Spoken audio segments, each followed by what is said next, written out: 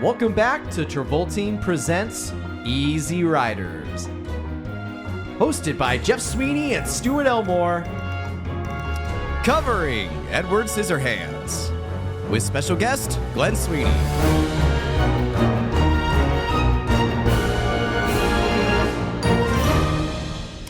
Hello? The thing that really cracked me up is how your voice dropped 10 octaves between the pre-recorded message and you now. I don't think it did. It's not that bad, but it was a little funny. I have to keep the energy up because what happened last season, Jeff, was you started off, it's like, what was it? Travolting presents The Fraser's Edge, covering Journey to the Center of the Earth with special guests. We got a little depressed near the end. We got a little depressed near the end. Yeah. That was pretty cool. Yeah, it's true. We don't have to cut. We can just keep going. Yeah. Before we had to just record the intro and then we had to record again to start the actual episode. Right. Now we can just carry the flow into it. Mm-hmm. We don't have to cut it off anymore. Well, that's right, folks. What Stuart said in the intro that is not pre-recorded anymore, except for the parts of it that are, is we're covering Tim Burton's 1990 fantasy gothic romance, Edward Scissorhands. It's true. It's true. And we are joined this week by my dad, Glenn Sweeney. Hey, everybody. Stuart, your dad came on to talk about Wild Hogs. Yes. The motorcycle Tim Allen Disney classic. The occasionally homophobic Tim Allen motorcycle movie. Absolutely. My dad is here to talk about Edward Scissorhands, a movie that I probably saw when I was fairly young. You probably saw it on video. On video. Yeah. But I specifically remember you've always had this Edward Scissorhands 10 to 12 inch robot figure, just sitting atop of our computer desk in the basement. I was going to bring it today just to sit on the desk. Oh man, just have it there. That would have been really cool. Wow. So this does have a staple in your childhood a little bit. Yes. Okay. Yeah, cool. And to me, I saw it when it came out. So okay. I can kind of. You were a kind of an original Burton fan. Yeah. Right. Yeah. From his first movie on. Yep. Pee-wee's Big Adventure, just one of my favorite. I shouldn't say guilty pleasure, but it's just it's enjoyable every time I watch it. It's one of the great movies. Yeah. Absolutely. This one I feel like is because it's past Beetlejuice, it's past Batman. Yes. Before Batman Returns, but it's. I don't know, it's right there with his back-to-back cult classics that people like. This is kind of the blankiest check Tim Burton gets. Yes. I would say in his career. He gets bigger movies later, yes. But because Beetlejuice is not a script that he wrote. Right. Pee-wee's Big Adventure is Paul Rubin's idea that Tim Burton just extrapolates onto the screen. Yeah. Batman is obviously Batman. Yeah. But those three movies becoming big successes kind of lets him get carte blanche. He can make whatever movie he wants next. Mm-hmm. Warner Brothers really wants him to fast track Batman Returns. Mm-hmm. And instead he decides, I have the bull by horns. I'm just going to make the movie that's been in my head for 20 years. Yeah. Which is Edward Scissorhands. Yeah. And actually he kind of didn't have the full movie in his head. Yeah. He had the drawings. Me and Jill went up to New York and saw the Tim Burton exhibit. Oh. Up there. And they had all pre-production artwork and his stuff from schools. Former guest of the show, Jill Sweeney. Yeah. Yes. And he basically had the character and the whole background and idea of who the character was based on himself. Yeah. And it was Carolyn Thompson, I think her name is. Yeah. She's the one who built the story and told him, listen, here's a story. I'll build this story around it. And it just kind of steamrolled from there. Because it was just a drawing of more or less, that he made. That was of himself, kind of. Yeah, it was depicting his loneliness and outsider. Yeah, and she just took that. I watched a quick one-shot interview series before coming up here, and Caroline Thompson was amongst those who was interviewing for it, and she said he was going off to do Beetlejuice, and as he did that, she had this this picture that he drew and was like, I knew the story right away of what it was going to be about. Right. But I like what your descriptor, Jeff, that is the blankiest check that he's getting. Because it's not like they wouldn't let me go and make this movie. No. Just based on the fact that I'm like, it's a good script or a good story or whatever. Yeah. You have to have come off of having the, kind of unqualified success run working for the studio to be like, all right, we trust you. Go make the Scissor Guy movie. Yeah. Right. Yeah. The thing that I find so fascinating about this movie, I'm going to cycle back and talk about the Winona context in a minute. Yeah. But it's very much this because it's kind of Tim Burton's autobiography. Yeah. It's his, story about moving to Burbank, California, where everything was bright and sunny and nice, and he was miserable. And the juxtaposition of like his feelings with the world around him. But he's coming at it through the prism of a guy who's worked in the film studio system for now about 10, 15 years from his start as a Disney animator and into the movies. Mm-hmm. Because the kind of subtext, or I'd say the meta text of this movie is it's about a community in California that finds a weirdo artist and sucks him in and makes him do art for them, and they like it as long as it's benefiting them. And the second they start disliking his art, or they find his art kind of transgressive or offensive to them, they all turn against him and chase him out of town. Yeah. And it's this weird, like, half autobiography of his teenage years and half, like, prediction of what he thinks is going to happen to him in Hollywood that, like... that actually kind of happens. That actually kind of did with Disney, really. Yeah. Yeah. He was too dark for Disney, and it just didn't work out for him. Yeah. And he gets, and he gets chased out of Disney, Yeah. and... So it is a weird, like, half teenage autobiography, half, like, him reflecting on his current position in the film industry. Right.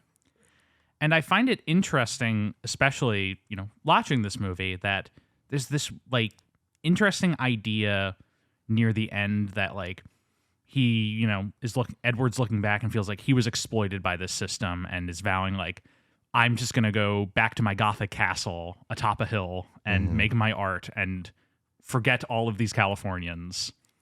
And that's like Tim Burton being like, I'm not going to bow to them. I'm just going to make whatever I want. And then in his career, he ends up just bowing to them and making like Dumbo and Charlie and the Chocolate Factory. Right. Yeah. And, everyone's favorite movie ever, Dark Shadows. Yeah.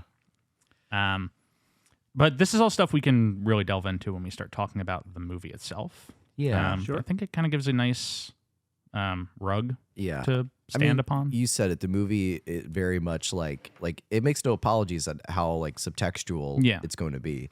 And that's why I think like when you said it's the blankiest check movie, it really resonated because like, if you read this on paper and you're not thinking any like an inch deeper than the surface level, you're thinking like, okay, it's just like a Frankenstein movie. Like, that's all it really is. And it's like, okay, I guess that's interesting. Yeah, scissor hands, like weird. And so that's why I think like you can only give this movie to Tim Burton after what he's done so far. Yes. But I'm really interested to talk about Winona's context into this. Yes. Because that's also very interesting. As we all know, I've been reading a Winona Ryder biography up to the points of the movies. And obviously this is a pretty important touchstone in her life. The weird thing about this movie is she actually makes this after Mermaids, which we're talking about next week. Yeah. Mermaids comes out after this, but she filmed it before this. So I can tell you all about the production of Mermaids. Interesting. Okay. A movie I haven't watched yet. Yeah. But she is the first cast member signed on to this movie. Mm-hmm. It's her, and then Diane Wiest is signed on. Who's great. Who's so good in this movie. She's phenomenal. Yeah. But Winona gets signed on pretty early because Tim Burton is like, hey, I'm making a movie about a guy with scissor hands. You want to be in it? And she's like, yeah, you up? I'm on my way. Yeah. But of course, Winona's the first call. She had loved working with him on Beetlejuice, and she was now like a marketable name. And so Tim Burton was like, well, obviously, I'll just ask her to be in my next movie. Mm-hmm. And of course, she's like, yeah, whatever you want to do, I'll be there. Which I think is important to the context of her being in this movie. Because I kind of think she's playing a thankless role in this movie. She doesn't really have much to do. And she's agreed, yeah. Yeah. She's playing like a thankless role, and a role that I think we might actually be thinking of the same thing when you say thankless, Jeff. Yeah. But I think it's thankless in the sense that she is doing so much in the sense that it's not a role she's really used to doing. Like if you've seen Winona's movies before, like I'd say the closest she ever gets to the part she's playing now is like Heather's, but even then, because Heather's is like an inversion of this character archetype. Yeah, so like she said it in interviews where it's like, you know, she was bullied by people that were what's the character's name? Kim. Like she was bullied by Kims when she was a kid, and now she's being asked to play Kim, like essentially a version. Jim. Or Jim, yeah. Jim, the Anthony Michael Hall jock. We'll talk about him later. Yeah. But the thing about Winona, so sort of when Beetlejuice came around, I was around, and it kind of established. Like I saw her in Lucas, and I remember just seeing that movie, didn't know who she was, and I was like, "This girl's wonderful. She's just draws you in. You want her to be your best friend in this movie." And then when I saw her in Beetlejuice, oh, this is great. Beetlejuice, especially being the character she played, kind of established her as cool. Yeah. But yet, she goes back to school and she gets ridiculed as a witch. Yeah. But it kind of established her as an outsider, a cool actress. Yeah. And I think that's what kind of led her towards other Heather's movies such and- Heather's and everything. But then this seems like a backstep. Yeah. You know? Yeah. She's extremely uncool in this. She's very open that she did not relate to this character at all and didn't really like this character that much. Yeah. She's doing the movie because she liked the pitch and she likes Tim Burton. Yeah. But I do think that like this is, as much as I do like this movie, I love this movie a lot. I think it's kind of one of her weaker, like, I don't want to say performances, but weaker like characters that we've talked about so far. Exactly. She did what she could do with the character, but there wasn't much. She's the love interest, She's more or less. just playing you an know? object of desire for a guy with Yeah. scissor hands. Yeah. Pretty much. Pretty much. Is she? I'm about to ask a dumb question, guys. But was she in all like the grandma prosthetics, or is that Yes, just that is her. that Yeah, is it was her? That is her. Okay. Yeah. I thought that was the most interesting character she played in the movie. Yeah. Was She's the like- grandma version. And it was funny at the end when she took her glasses off, like that was the reveal. right. It was her, you know? right. Yeah. It- I just didn't know if it was the same actress. It is Winona. Okay. Yeah. It's funny because she's like doing the her old woman voice is the exact same voice as Leia Thompson in the opening of Back to the Future when she's doing like the old mom. Yes. And she's like, Uncle Joe, he didn't make parole again. And slaps the cake down. Like it's the same. Like they sound exactly the same. They really do. They really do. Yeah. Um, It's probably some sound editing now as I think about it. you probably just do a little. Yeah, you probably Pitch just do a gain. little bit of like, pitch fluctuation there, add some gravel to it, and then, that's an old person voice. Because imagine what they actually sound like Yeah. on set. Nowadays, you just hit the AI button and turn a person Right. old. That is what you do. Or you send them to the beach that makes you old. Yeah. So I see you. other vital bit of Winona, like personal stuff, is that she is dating Johnny Depp throughout the process of making this movie. Right. Yes.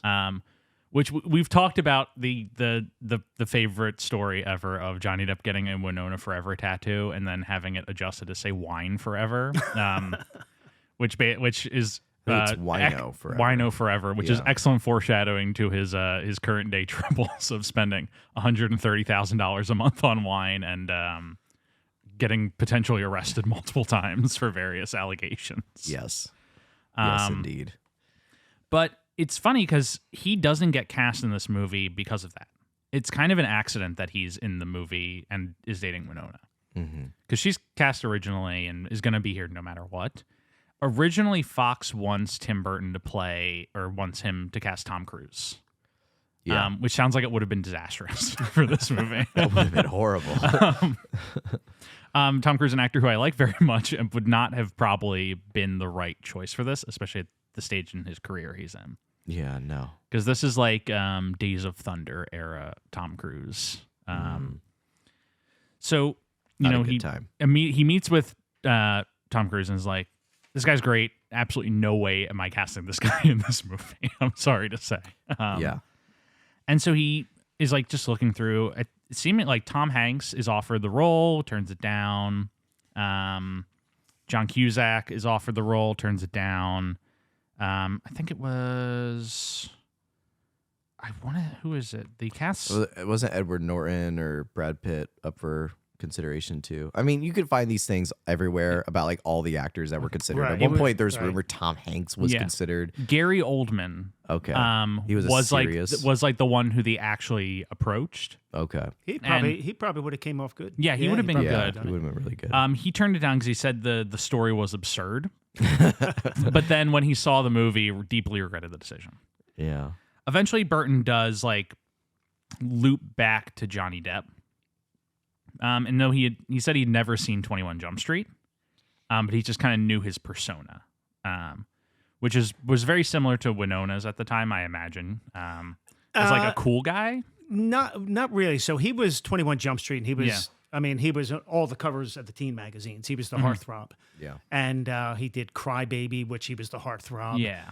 And this is one of the first movies where he played against his type because he was just viewed as the handsome guy, like, you know. And that's what I really respected about him because after he did this, which he did a wonderful performance, he went on to play a whole bunch of other oddballs, Benny and June, Gilbert Grape.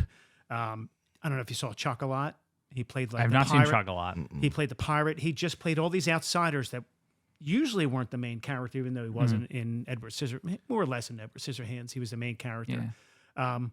But yeah, and I just had a lot of respect that he didn't just go for the pretty boy roles. And my favorite performance of his is not Ed Wood, it's Ed Wood, which Oh comes yeah, out 4 years later. Oh, he was great in that. Yep. Well, again, an outsider role. Yeah. And this very much begins his collaboration with I saw you, Stuart. I saw you going for the honk sound effect. I was going to go for the rib shot. It's too late. It's too late. This does begin his long career of working with Tim Burton. Which is a collaboration that continues until 2012, when they're both tried at The Hague for Dark Shadows and unfortunately sentenced to prison for life. Now, is there anything in? Maybe it's in later, but this isn't the last Winona Burton team up, is it? They do Frankenweenie together. Okay, which we will talk about. But that's not until like what? Like when does Frankenweenie come out? The Frankenweenie is like 2011, 2012, I think. Why? That's 21 years. Yeah. So what is there anything in the biography that says like why? Because it seems like Winona Burton would also be like a surefire like director actor duo. Well, he does get her start, and then while she likes working with him, this movie doesn't really do much for her. Maybe she's just like, maybe this guy isn't for me. Well, like, what happens to her right after this is she is in Bram Stoker's Dracula and The Age of Innocence, which connects her with Martin Scorsese and Francis Ford Coppola. Okay. And we'll talk about those movies down the line, but it kind of skyrockets her to a new level of prestige. Yeah. She gets her Oscar nomination for The Age of Innocence. Yeah. And I just kind of think that this genre of movie is no longer of much interest to her. She's, found herself in Oscar-winning movies and is like, I'm going to pursue this career path. So in some respects, while, Mermaids, which we talk about next week, film before this, is also of this ilk. This is kind of the tail end of like her It Girl era before she transitioned into more of like a serious dramatic actress. Okay. And which is funny you say that because there is a scene in this movie which to me is either Winona or Tim Burton trying to portray her as going to adulthood. And that's a scene where Edward's laying in the bed and she comes in and she pulls her shirt up. Yeah. And yeah, to me, that says, look, she's a woman now. Yeah. She's no longer a girl. And I don't know if that was her that wanted to do that, to kind of change her, to her show image. Yeah, exactly. Yeah. I can do this more adult material now. Yeah. Right. Yeah. I'm not sure either, but because I definitely like, again, going back to the point where it's like, this is the first, like, she's used to playing outsiders and now she's playing an insider role.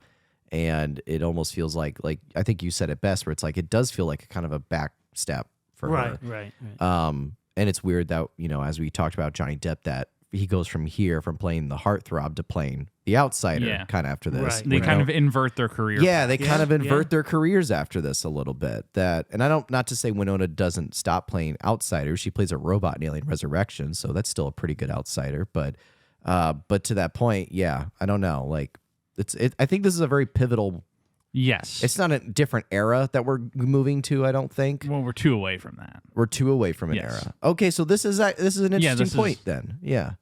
I kind of summarized this through Night on Earth as like her It Girl era Okay. before she moves in. I don't know what the next one's called. And we're Night on Earth, Jim Jarmusch? Yes. Oh, I didn't know Yeah. she was in it. Yeah. It's the year after this, she's in Mermaids and Night on Earth. Those are her 2 91 releases. I think that was one of Jarmusch's first movies, wasn't I it? believe it was his first. It kind of broke him open, yeah.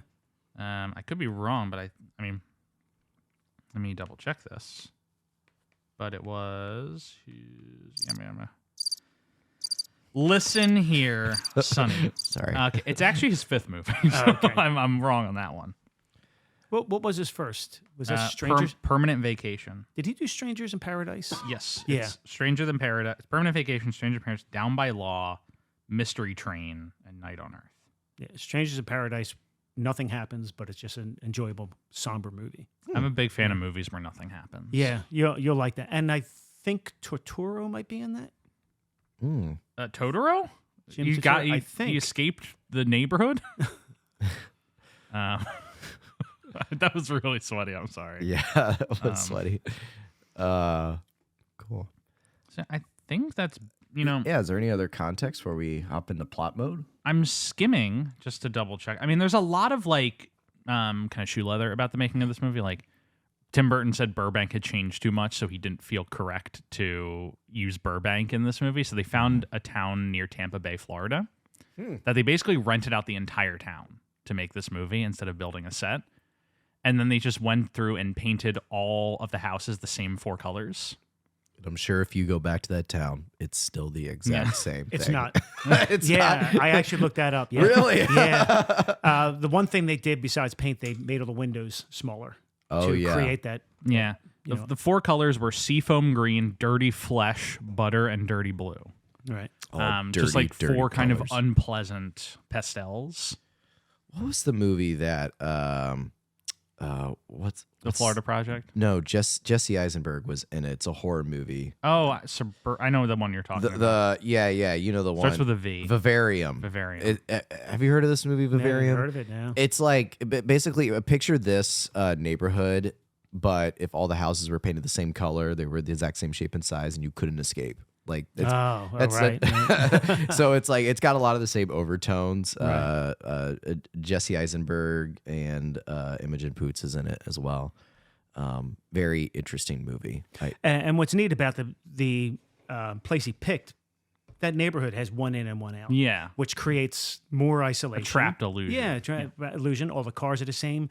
And in almost every shot, there's never a horizon. Mm-hmm. You'll see nothing in the background, which creates more of a feeling of isolation. There's a couple of scenes where you might see some trees, but it's always shot where the horizon is usually the roofs of the houses. Wow. Stuart, what was I saying on Friday? You thought I had it prepped up. No, I don't. Where's the horizon? Did you see The Fablemans? Yeah. The end where David Lynch is playing John Ford and Right. The Spielberg's like true life story about how he just went in and John Ford's like, the horizon's at the top and the bottom. That's interesting. It's in the middle. It's boring. Right. That's all I got for you. And I said to Stuart on Friday that one scene of a movie did more for me understanding shot composition than 4 years of film school. Well, in art, Yeah. it's kind of like that. Most art is kind of created into 3 levels. Mm-hmm. And the idea of putting the art using light space, line, and color is to push your eye somewhere in the painting. And that's what these do. And sometimes they use to separate, but you'll notice that in a lot of paintings that it's going to be 3 bands across a lot of paintings. Yeah. And then I don't have much more else context-wise, but I do want to bring up that we very rarely get this opportunity, but when did you first see this movie? And what was like your experience or memory of it? So I can't remember if I saw it in the theater or not. I may have seen it. I want to say that I did because I remember the ice dancing scene. Yeah. And I just remember that just being really impressive. I mean, there's this giant screen. And, today it doesn't look as impressive with the special effects you have today. But I just remember thinking, wow, that's fantastical. Yeah. Seeing her dance and seeing that snow come. So I want to say I saw it in the theater. If not, I saw it probably within a year on VHS tape. Yeah. Ooh, nice. And I just remember really liking it. Mhm. Yeah. And my first takeaway of it is I didn't know a whole lot about Burton then. I just knew that I knew the movies he did beforehand, but I didn't know too much about him. And to me, it was the story. It was the character was similar to Lenny of Mice and Men. He's got scissors for hands, so he can't have human touch. Yeah. And that's one of the themes of the movie. To me, is if you're familiar with Mice and Men, Lenny always hugged him till he killed him. Yeah. And that's the same thing he has. He can't touch anybody. He can't hug anybody because of the risk. Yeah. And anybody he did touch, he ended up hurting. Yeah. Didn't kill him like Lenny, but yeah. So that's the first thing I picked up from it is to relate to that character. Yeah, it's just the incapability of. Yeah. So I have a question to ask. In that, with having that in the back of your mind, watching the movie, do you think it was going to go to the Mice and Men conclusion? And did the no, because I didn't make the connection at the time. Okay. Until gotcha. the movie was over and I started thinking about it, I was like, yeah, that's that Gotcha. he can't touch. Yeah. And even if I did, I knew this movie wasn't going to go there. Right. Yeah. And that was kind of the thought yeah. too. It's like it's not a Disney movie, He but like it's almost vivisects Yeah. Winona at the end by accident. well, just in the sense of like it's not a Disney movie, but it's almost Disney-esque, and it's like Yeah, they're it's a not fairy gonna tale. they're not Yeah, gonna kill yeah. Scissorhands like Yeah. in like a Mice and Men sort of way.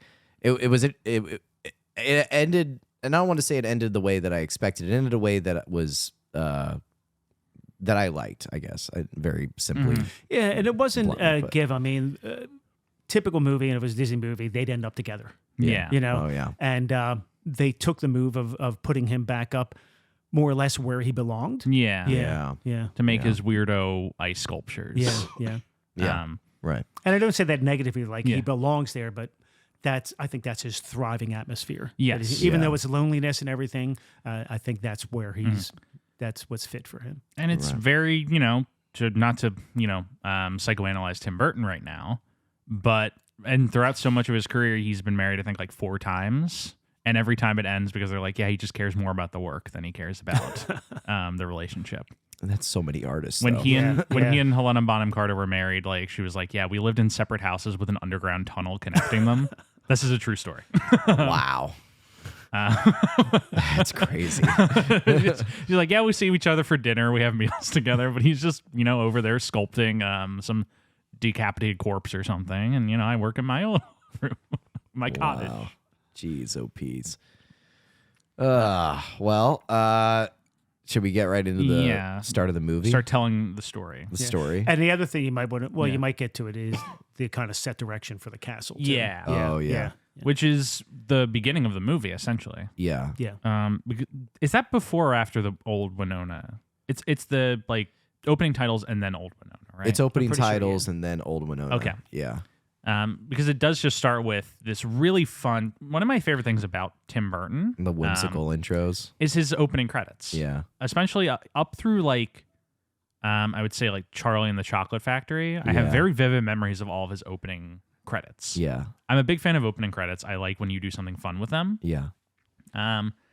And like in Ed Wood, it's like they're going through a graveyard and every headstone is the name of an actor or someone who worked on the movie. Yeah. Like that's an elaborate camera movement that takes time to set up. Like Yeah. that's a day of work Right. just for the opening credits. Yeah. I like that thought goes into something that a lot of filmmakers were just like, It's throw just- some white text on a black screen. Right. Yeah. Exactly. And this is a fun one because it is just, we're seeing the process of essentially the cookie machine. We'll later find out.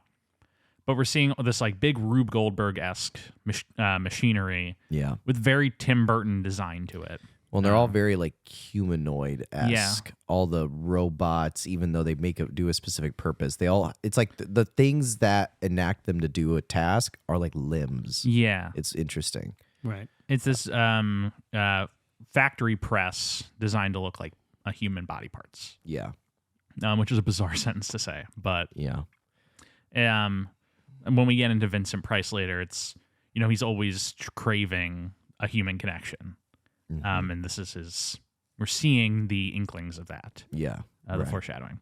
Mm-hmm. But we get the cast titles like going across the font screen with like a spotlights and whatnot. Yeah. But then we meet Winona. Yeah, we get the old Winona voice. Hi, Stuart. Is that you, Stuart. are you saying that she sounds like me doing Bill Clinton? Maybe. Just a little bit. I knew that Bill Clinton one would come in handy.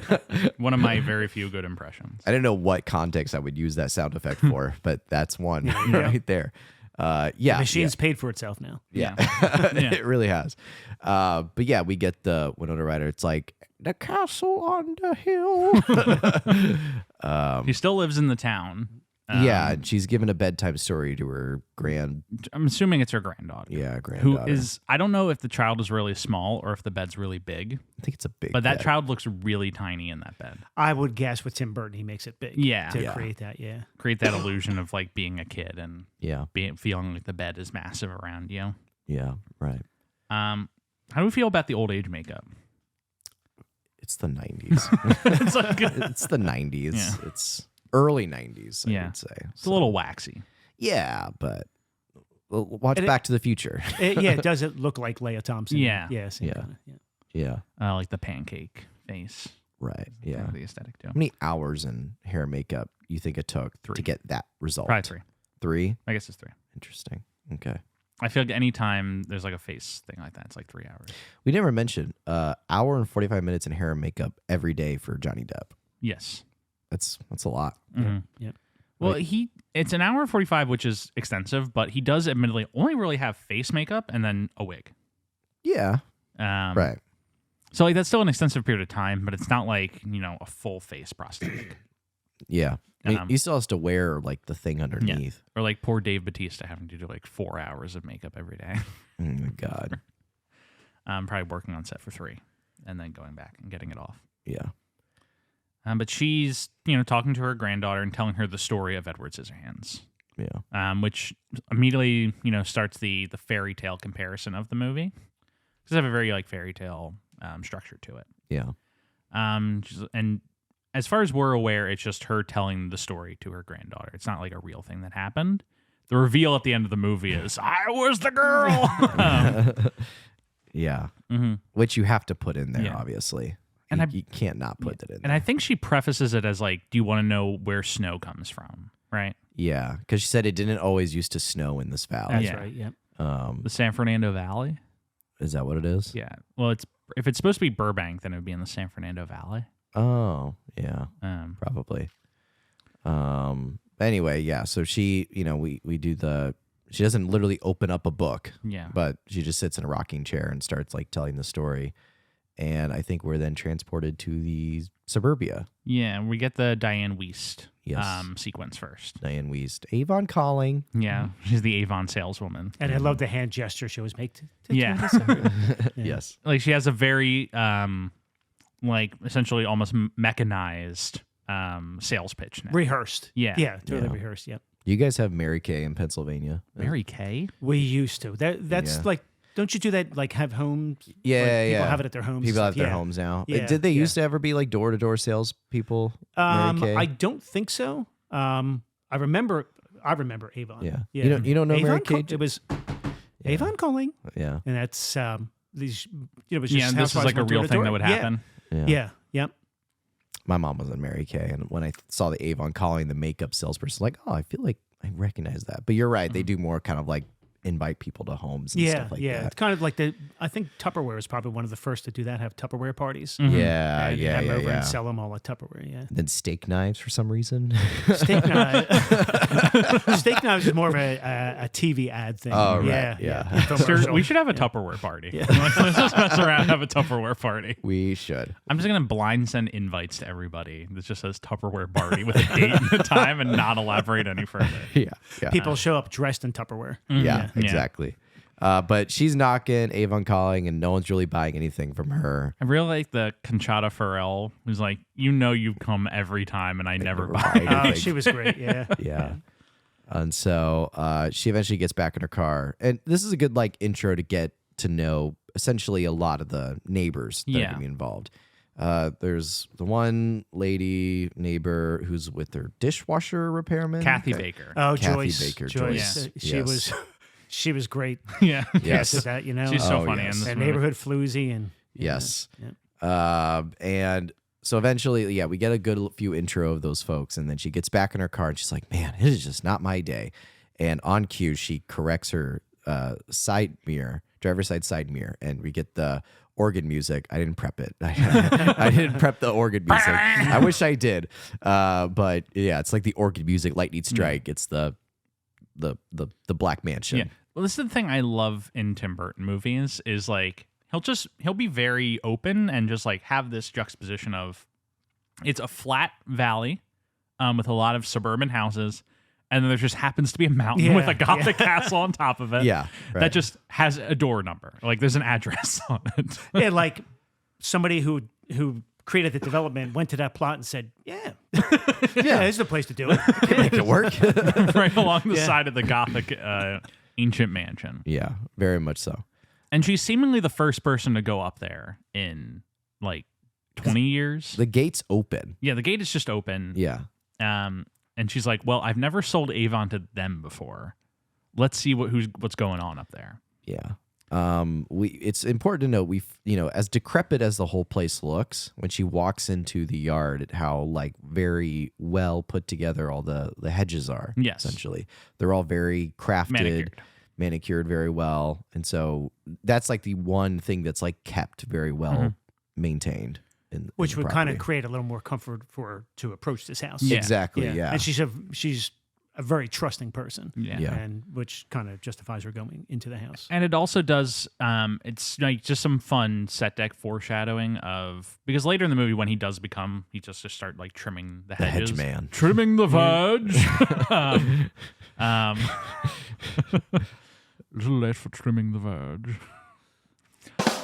Thank you. I gotta apologize, Stuart, for some of these jokes. I thought I raised them good, but apparently I made some mistakes. Trust me, it's I've been dropping no eaves. 4 years now of this. That's like one of the great scenes in Fellowship. I'm sorry. Which scene? That's what I was doing. Like where he pulls Sam through the window. He's like, little late for trimming the verge. All right, well, whatever. Whatever. That was great. I haven't been dropping new eaves, sir. Yeah, you see? Yeah, I feel validated. I know what you were talking about. Yeah, I good. get it. Good. Yeah. All right. Well, when he starts trimming the hedges later, you now have this like, if you'd been paying attention, you're like, okay, he didn't just start doing this here. Yeah. He's been honing the skill for some odd years. Yeah, right. And he builds off of it to trimming dogs and then trimming people. Like, people. Which creates people for him. Yeah. Yeah, because he is by himself. So these are, I guess, sort of friends or, it gives him company. I guess. Yeah. Yeah. And I do like that this movie never goes to Edward like turns into a monster and starts killing people. Oh, me too. That feels like very like director who doesn't know what they're doing choice to make in this movie. Absolutely. And thankfully Burton's like very smart. Like that's what you would obviously do if you're in a script notes meeting with some Hollywood executives. And that's it's like, when at the end he starts killing the town people. Yeah. It is also funny that Johnny Depp's first movie is Nightmare on Elm Street, a movie about a guy with scissor hands, and then he makes Edward Scissorhands. He plays the guy with scissor hands. Edward Scissorhands, yeah. Right. Freddy Krueger, Edward Scissorhands. Yeah. That was my Freddy Krueger impression. Nice. But she goes up and she knocks on the door and it just opens. Yeah. And it's very dusty, cobwebby inside of this Gothic manor. Mm-hmm.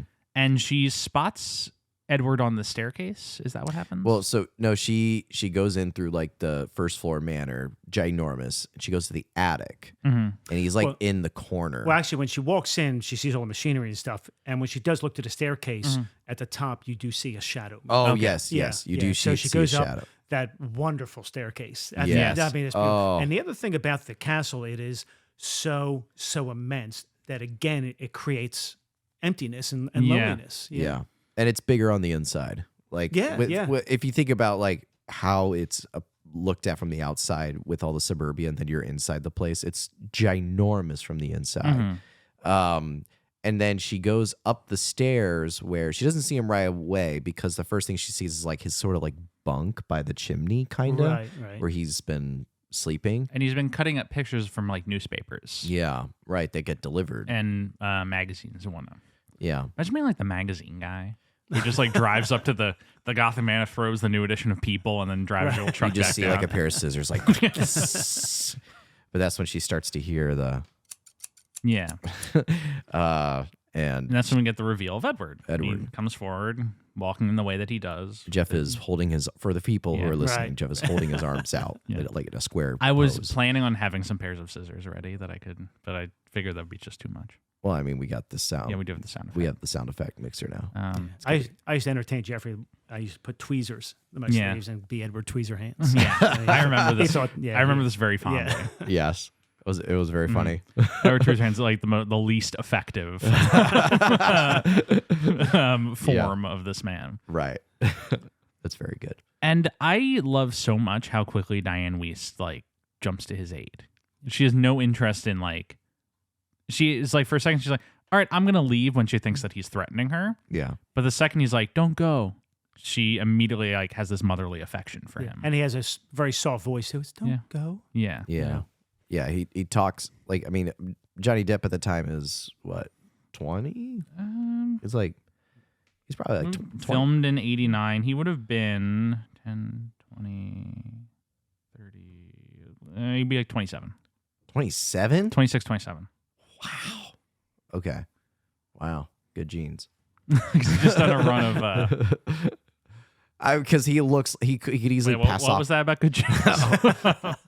Hey, how old is he now? Like, He is 60. yeah, pretty good genes still, Yeah. I would say. But yeah, I mean, he could pass off as 15 for all I could see in my eyes. But He's yeah, also very clean shaven, and pale. pasty. Yeah. Yeah. This is the first of him and Tim Burton's pale face collaborations. Yes, there will be more. With silly hats. Yes. The greatest failure of the modern film ecosystem is that Johnny Depp never got to do his Invisible Man movie, a movie in which he would have been represented on screen solely by a silly hat. So true. Very, very true. But Diane Wiest, jumps to his aid, and we get a lovely smash cut from just them in the Gothic manor to just him sitting in the passenger seat of the car as they drive through suburbia. Yeah, it cuts very quickly to like him being. I thought there'd be like a little bit more of a gradualness of being like, okay, we're in this Gothic castle. We're gonna try to get this like figure out into like the real world, and we're gonna try to slowly get them there. Nope, it's just bam in the car. I like how jarring it is. Yeah. Because it immediately, if the movie's from Edward's perspective for the most part, it really throws you in how alien this community seems. Yeah. Because it's not built like real suburbia. It's built like Tim Burton's childhood perception of suburbia, which is bright pastels and weird people. Yeah. Who are always talking about you, and you don't understand why. Yeah. And so we're seeing so much from his perspective as he looks around, sees all these women watering their plants and then running inside when he goes by. And by the time that they've reached the home, the game of telephone has passed through the entire neighborhood, and every housewife is now gathered on a single corner to discuss. A little side note. So there's one scene where he drives past, and there's some kids on the lawn doing slip and slides. Apparently, one of the kids later went on to be an NSYNC or Backstreet Boys or something. Yeah, I did see something like that. Yep. Was it Dylan something or I don't know? But yes, I'm not a fan of so I don't know their names. He became either NSYNC or Backstreet Boys. Yeah, from what I remember. Yeah, that's right. I'm finding out right now. I think it's an IMDb trivia. Nick Carter. Nick Carter. Yep. And the other thing about the car ride, they didn't overdo his fish out of water thing. Yes. He just basically the one where he almost hit her in the face and the one where he hit the window. Yeah. But they didn't beleaguer the point. I like that it's less of a fish out of water and more just like, what would the inverse of that be? Fish in water? Yeah, like fish in like. Because it's less about how odd he is in the environment and more about how odd the environment is to him. Oh, okay. Like we're not seeing like the obvious pit, like so like a hamster in the water. Yeah, something like that. Like the obvious POV here. Thank you. The obvious POV here is to see it from because he's like a weirdo. Yeah, it's obvious that we're like, look at this weirdo in suburbia, but we're seeing like we're supposed to take his side and see. Look at how weird suburbia is to this guy. Yeah. And I just find that a really fun POV to come at this movie from. Well, and then to take it to the other direction of that, it's also about Tim Burton being like introduced to Hollywood and his like creativeness. Yes. That all the housewives are very eager to like, ooh, look at this new like creative, this thing. young up and coming Right. director writer who we can like play with for a while. Like that's also kind of the thought that I was having on it as well. But yeah, she takes him home. Yes. Introduces him to her son, Kevin. who is the least important character in this Who movie. they tried to cast Macaulay Culkin. I did look this up. They did try to cast Macaulay Culkin in the role. Would it have been a wasted role for him? Yes. But hey, at least it but would have been Macaulay like, hey, it's a kid Culkin- from Home Alone. played Kevin. Yeah. Look, a kid did a slip and slide, and he Yeah, won the and- major supergroups. Right, Could have exactly. Nick Carter do it. Yeah. So he meets her son, and then they try out essentially various makeups. She wants to like kind of disguise his scars. Is it that or like the outfit first? Oh, it's outfit first. Because she says like you can try on my husband's clothes. Yeah. And that's when we get that. This is one of my favorite scenes is when he tries to put on all like the clothes. Yeah. So he all drops it to the ground and like it really wasn't much acting involved in here. It's literally like, you know, Johnny Depp's wearing these like props and Tim Burton's like, all right, just try to put these clothes on. Yeah. Right. Yeah. Without cutting any of it. And so like he's When you getting have a his movie feet where the in guy there. has scissor hands, you obviously have to do like the clothes gag, and you have to do a waterbed gag. Like this is just Right, something you have to do. Burton is very game. He's like, all right, I'll knock it out quick. We'll do the funny thing, and then we'll go back to the movie. Yeah. And And, so he pokes the waterbed the first Yeah. time he does it, and it starts leaking. He puts a stuffed animal, and that stops it. that stops it. It's Yeah, totally that's fine. how you do it. Yeah. Waterbeds really bad for your back, I heard. I've only slept in a waterbed once. Yeah. Yeah, I don't like him. I hear it's terrible for your back. I can imagine, yeah, because you just like sink into it. Yeah.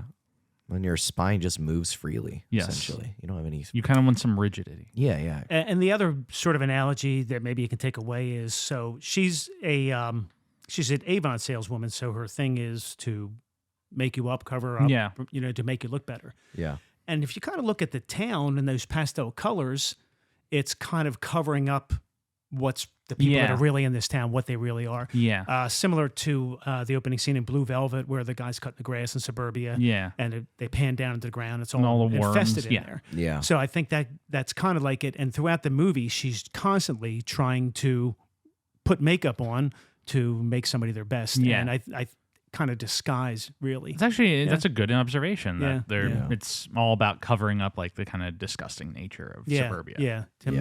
make it look better. Yeah. A lot of like the great like cinematic weirdo directors like your David Lynch's and Tim Burton's all kind of, and we've talked about several movies like this on the podcast, have a lot of interest in deconstructing suburbia, Mm-hmm. whether from their own childhood experiences or just looking at it as an adult. Just kind of how, like, Halloween's a great movie about suburbia. How these kind of very safe, very manicured, very like white towns that are created are all covering up usually like land being taken away or just like, you know, I'm trying to think of the wording I want to say here. Like, very controlled, very dictatorial in the type of people they let in. Okay. Well, Trying to think of like the. I'm trying to think of the wording, yeah, but so Levittown, if you're familiar with Levittown in Pennsylvania, was the first real like development, suburban development, which was considered first yeah, before they ended up there. yeah, And they're just, the idea of them was just to build a place, especially after the war, with everybody coming back, Yeah. everybody having families, that could be close to the city, and these Yeah. people wouldn't have to pay city taxes, and wouldn't have, but they could also experience that kind of country life, yeah. even though they had a small area with their little yard, and they can enjoy it like A that. So, manufactured yeah. community. yeah, more or less, yeah. Okay. Yeah. Like, that makes yeah. sense. Like Halloween is a great movie, like I said, about a bunch of people who live in a suburb and think that everything in their town is fine. And the whole time it's covering up the fact that someone was murdered here and he's coming back for more. Right. You mean Nightmare on Elm Street No, Halloween. or Halloween? Yes. Because I guess it's both. the thing about Halloween is the scariest scene in Halloween is not Michael Myers killing people. It's when Jamie Lee Curtis runs out of the house and she runs up to a neighbor's door and is banging for help, Oh, and yeah. the lights turn on. And then But- she's like, please, I'm being chased by someone, and the lights go off. Yeah. Because the people can't be bothered to help because it might inconvenience them. Right. Confession: I never saw Halloween. Halloween is great. Halloween's so good. I should watch it, but I've never seen it. Yeah. Really It's like good. it was made for like $10. It's great. It's my favorite time when like last Halloween, like I did like a Halloween marathon, and it's great because you started at 7 p.m. You start with Halloween 1, great movie. And then you're getting a little tired, so what do? You watch Halloween 2, which is like Halloween 1's like what, 2 hours? Halloween 1 is like 85 minutes. Halloween 1's 85 minutes. So okay, maybe start at 8 o'clock. So you're starting Halloween 2 by like 9:30. You go right to sleep. You'll go right to sleep because Halloween 2 is the So bad. snooze. It's just such a snoozer movie. Like in so many quiet, no music, no sound effects, just like people walking in a hallway of a hospital. And you will fall asleep. It's great. It's awesome. The point being, to loop back, is that so many filmmakers are interested in this personification of suburbia. Yeah. That it is just a cover up for, kind of the dirtiness of humanity. Or like the movie I just mentioned earlier, Vivarium, does the exact same thing. Not the best movie, but still, I think worth a watch if you're interested in that sort of metaphor. And the next sequence that occurs very much goes to my point, is because like all the housewives meet on the corner at like high noon to talk about this new person in the town. Yeah. And then we basically cut to nighttime and they're still on the corner all talking to each other. Right. It's not till all the cars start coming home, which are the husbands coming home from work, when they all disperse back to their homes. But you also have the one woman that's the religious fanatic. Yes. Yeah. Who comes in later and she'll be like the first outsider interaction, really, that ever gets, besides the family. And she thinks Edward is the spawn of the devil. Right. But I love when they introduce her and she's at her organ and she's going, and she's playing Christmas carols along. Yeah, she's playing Christmas carols. Religious Christmas carols, too. Yeah, absolutely. Because it's I actually wrote down which one it was. Because she's playing Star of Wonder on the synthesizer. Yeah, exactly. Yes. Really good. Really good. But I like that when all the husbands come back, it feels like machinery. Yeah. Like, it's drawing a comparison between like the machinery that the Vincent Price has created and just how this town is itself a very manufactured idea. Yeah. That all the husbands come back at the exact same time. All their cars pull into the garages in sync. And the second wave comes in and pulls in the garages next to it. It's a trick Burton's going to do again in Big Fish a few years later. He does this exact same sequence. Yeah. Like, it's just all the husbands come back and they all pull in at the same time. But it's very effective to just show how manufactured this town is, that this is not like a real place. Yeah. And I think Alan Arkin's performance very much exemplifies. Love Alan Arkin. How you doing, Ed? How are you? Eddie. I think he goes by Edward. One thing we didn't mention, speaking of the town, is, and I remember Scott making a comment about it for Beetlejuice, is the miniature set at the beginning, which is fantastic, which I imagine they had to use because they don't want to cover the entire town in snow. Right. So they used a miniature, but that was a wonderful scene, too. But the little quick bit where she adjusts the side mirror, she sees like the manor on the hill. It was actually a miniature held up on a C-stand. Which I think is so cool. But yeah, I think did we talk about the makeup scene? We talked about like the beginning of it, but we haven't really gone into it. Right, yeah, because it's after he like tries to get the clothes on and it has some problems, rips a hole, and is there it's an alarm going off. It's off now. Gotcha. And yeah, then we get that makeup scene where she tries to like put on different types of makeup, haze, foundations, covering it up, and I love Johnny Depp's performance during this because like he changes his facial expressions just so minutely to where you understand how he's feeling though during that, because especially when she's like, you know what, I'm just gonna put a whole paste over your entire she's face. like, he keeps trying new experiments and none of them are working. And I like how the scene shot, it's like dead on for both of them. It's a wide angle lens because it like really feels like his face is like, because the thing I like is like when it's Diane Weist's coverage, essentially the camera's right here. To the listener at home, I'm holding my hand in front of my face. And so it must just be Diane Weist looking into a camera lens and just waving her hands with various... It's the first ASMR video. Yeah. And then when it cuts to Edward, it must just be Diane Weist like crouching beneath the camera and sticking her hands up in his face and trying to... Yeah. So I think that the sloppiness of how she's putting it on is very much like almost a happy accident because like she probably can't see very well from Yeah. the position she's in trying to get stuff on his face. Right. Yeah. Which adds to the humor and also the point of the scene. Well, and it's also important to note that like she isn't able to cover up his scars very well. That she's very well meaning, but in somewhat I don't want to say incompetent, but incapable.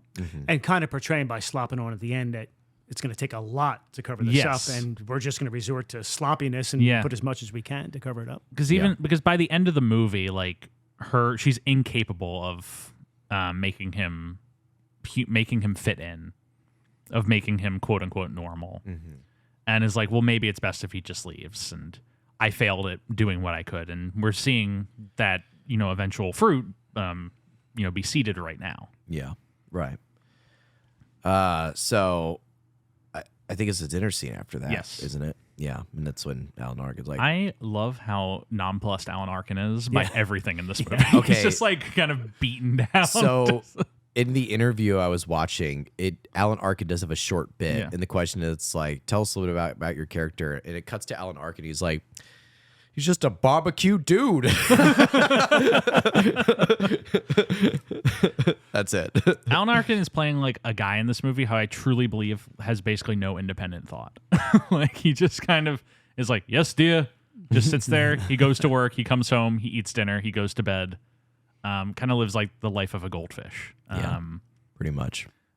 Just kind of cycling through these situations. And I I rip to the legend. I like Alan Arkin a lot. And I think this is kind of his best type of comedy work when he is just really just, all right, whatever. All right, I'll do it. Fine, go. Whatever. Yeah, aloof and dry. Yeah, That's his dry and aloof. Yeah. What were the big like Alan Arkin things that you remember from this time? To be honest, I knew of Alan Arkin, but I really didn't see him in too many movies. I do remember him in Little Miss Sunshine. Yeah. And he kind of played the same kind of character in there. And it's just he doesn't have to have good lines. He just, whatever he says, it just, like Will Ferrell. You can tell Will Ferrell to say your sandwich is ready and he'll say it and you'll laugh. Yeah. You know? Yeah. Stuart, have you seen Tim Burton's Dumbo? Not yet. Did you see the Dumbo? Yeah, I don't like it. It's not great. There's one, Alan Arkin that's like a Tim Burton reunion movie. He has Alan Arkin, Michael Keaton, Danny DeVito. A lot of his old guys come back for that movie. And Alan Arkin delivers one of the least committed performances I've ever seen in a movie. But it makes the end, because like, not like a huge spoiler, but like there's a part where essentially this massive construction that they've built is like in flames and everything's like falling apart. And Michael Keaton is losing his shit. He's like flipping out, doing like a great Michael Keaton losing his mind moment. And Alan Arkin just walks and he's like, this is a disaster. Just like, he basically is like, if the script is right in front of him, he's like, this is a disaster. Oh my God. It's like, if you watch that movie, it's one of the hardest times I've laughed in recent years watching a movie. Because I was like, Alan Arkin just is like, I'm just going to say the line and see what happens. That's great. That's awesome. But he's doing that to a lesser extent here, and it's more textual in this movie than in Dumbo, where it's just him being like, fine, I'll say the freaking line. But yeah, and Kim, Winona Ryder, is not home yet. Yes. She does not show up until 35 minutes into the movie. Yeah, because she's out with some friends. At the mountains. In the mountains. That's just a saying. Yeah. Just out in some mountains. Well, we talked about this in what movie did we cover where maybe it was Heather's, where it was like just the idea back in like 80s and even early 90s when you could go up to any household with kids, knock on the front door, somebody would be like, where are your kids right now? Like, I don't know. Right. Yeah. Just in some mountains. They're in the mountains. And again, they mentioned the mountains. Like every area has the mountains near them. But it also kind of makes me think that this movie not only doesn't have a specific place. We don't know where this is in the States. There's no specific time in this. Yeah. It's more or less a idealist Yeah. time. Yeah. So it has the 50s architecture and the 50s colors. There's more like 60s colors. But if you go inside the house, there's the Herculean sofa. There's a starburst clock, which is more 70s. The clock 60s, the sofa 70s. Yeah. And then you go to the castle. It's steampunk inside. Vincent Price, who we haven't got to yet, is very Victorian. So was he created in the Victorian time, has been living up there for 100 years. So there's almost no it's a movie out of place. time. Yeah. Which always whenever a movie does that trick of like trying to appear out of time, it does help the longevity of the movie because it never dates itself. Yeah. You could be like, well, this could be set now. This could be set 20 years ago. And it helps like when you watch a movie and it's like the character begins like it is 1955 and you're like, all right, this is set in 1955. Yeah. Right.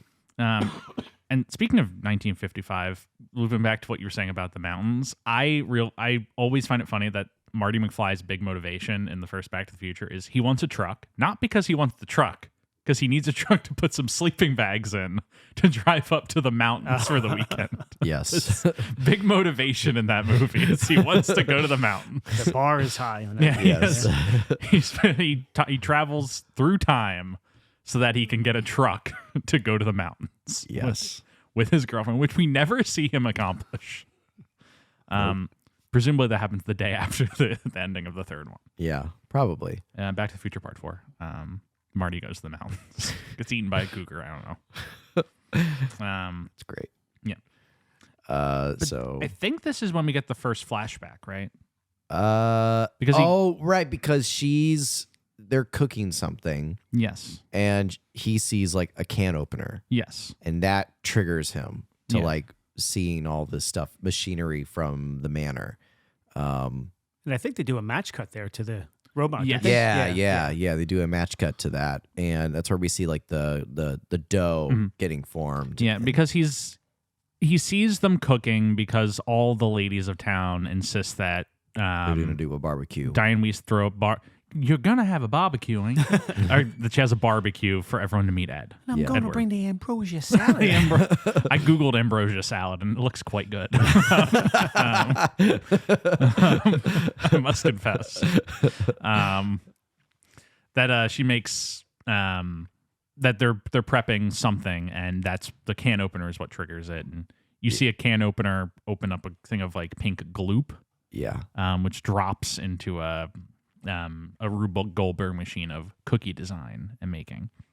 And it's the same machine we saw during the opening credits, except now we track the entire development of the cookie process, which is it goes in like the gloop goes into a bowl and then an egg gets cracked. It's like the opening of Pee-wee. Yeah. Very much the same design. Then the little like robot hands go in and mix it up, and there's some legs that are cookie cutters. Yeah. That are completely missing the batter. Like there's enough batter for 20 cookies, and they get 4 out of it. Yeah, pretty much. Yeah. Or the waste of batter. Yeah. But I like that we track it. You kind of just want the Pee-wee music to start hitting, and I'll talk about Danny Elfman in a bit, but we track the process to the end, and the cookies come out, and that's when we meet Vincent Price for the first time. Yes. In his final film performance. Yeah. This is the last movie he ever did. Yeah. So Vincent Price, so his movie career was a little before my time. Yeah. But in my time, he was more of an icon, a celebrity. Yeah. And he was known for his voice. He was known for being in horror movies. He was always in the public eye on TV in one form, whether TV commercial. He did voiceovers. He did Thriller, right? That's him. He's in Thriller. He's in Alice Cooper's TV special, Welcome to My Nightmare. I think he was in Scooby-Doo. He was in Hollywood Squares. He was in Center Square for a couple of years. I forget how long. And he also recorded the narration for Phantom Manor, which is the haunted mansion in Disneyland Paris. And they put it in. They realized it's all in English. So they pulled it out, and they put a Parisian one. And apparently, within the last 10 years, maybe, they combined the two. Okay. So he's in there now, and the French one as well. Very cool. But he was an interesting character, and and he was just like an icon. Yeah, I really because Ed Wood shares some DNA with this movie, and I really like how much care and affection Tim Burton has for these like legends of old horror Hollywood. Yeah, exactly. Because like Bela Lugosi at the end of his life was not as, well regarded as Ed Wood kind of portrays him as. That's a movie about like rediscovering a love for Bela Lugosi and having some respect for this old man who'd been an icon of cinema and fell into hard times and ended up basically killing himself. Yeah. And through this, he's like giving Vincent Price like one final very reverent role and kind of love for how much he, gave to Tim Burton. Because if you look at Edward as an analog for Tim Burton, then basically what he's saying is Vincent Price's work created me. Yeah. I was created by Vincent Price, and I'm letting him have this moment in this movie to represent that. Well, And he also had his short of Vincent. yeah. just about to say that, Yeah. about his short Vincent. And so, which he sent to Vincent Price and I think believe in a way to pitch him to hop on to Scissorhands. Right. And it was great because Vincent also gives an interview for this role. And, he just talks about how much he loves the story. Yeah.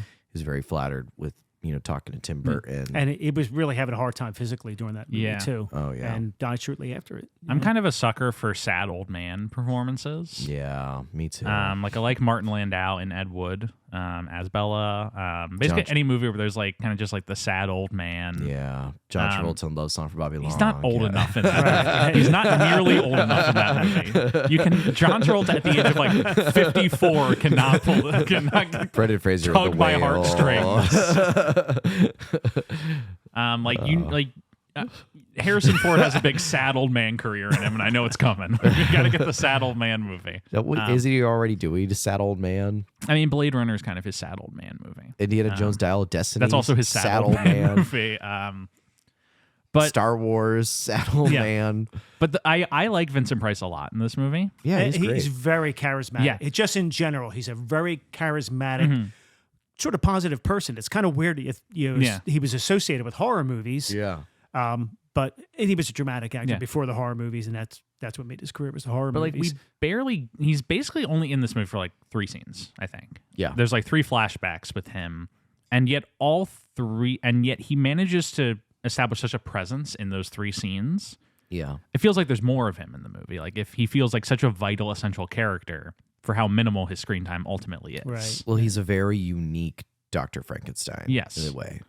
But his own. He desperately wants a human connection and a human touch. And not just that, but he wants to because one thing that the movie does very well that I think is important to note is he intended Edward to look very different than what he does now, that he's unfinished. That it wasn't that Vincent Price made him deliberately to look like the way he did as a monster. It's that no. Like he even has a flashback scene where he's going to give him real hands, and then he dies. So it's interesting that like he wasn't intending to create a monster; he's intending to create a person, and that's where we get that scene where he's reading.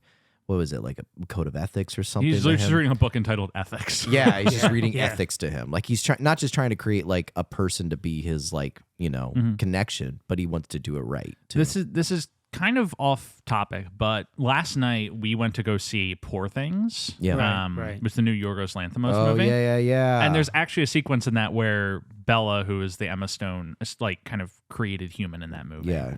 It's a slightly different how she's the Frankenstein monster. She's a Frankenstein monster. Willem Dafoe of sorts. is the Dr. Frankenstein monster. Yeah. But there is a scene in that where she's also just walking around with a book entitled Ethics. Nice. That's probably an homage. Yeah, and I think it might be something of an Edward Scissorhands connection. But it was a New York Times bestseller. Yeah. Well, and I think it's interesting with not just this movie and not just with Poor Things, but in any movie where you're talking about like making another person through unnatural means.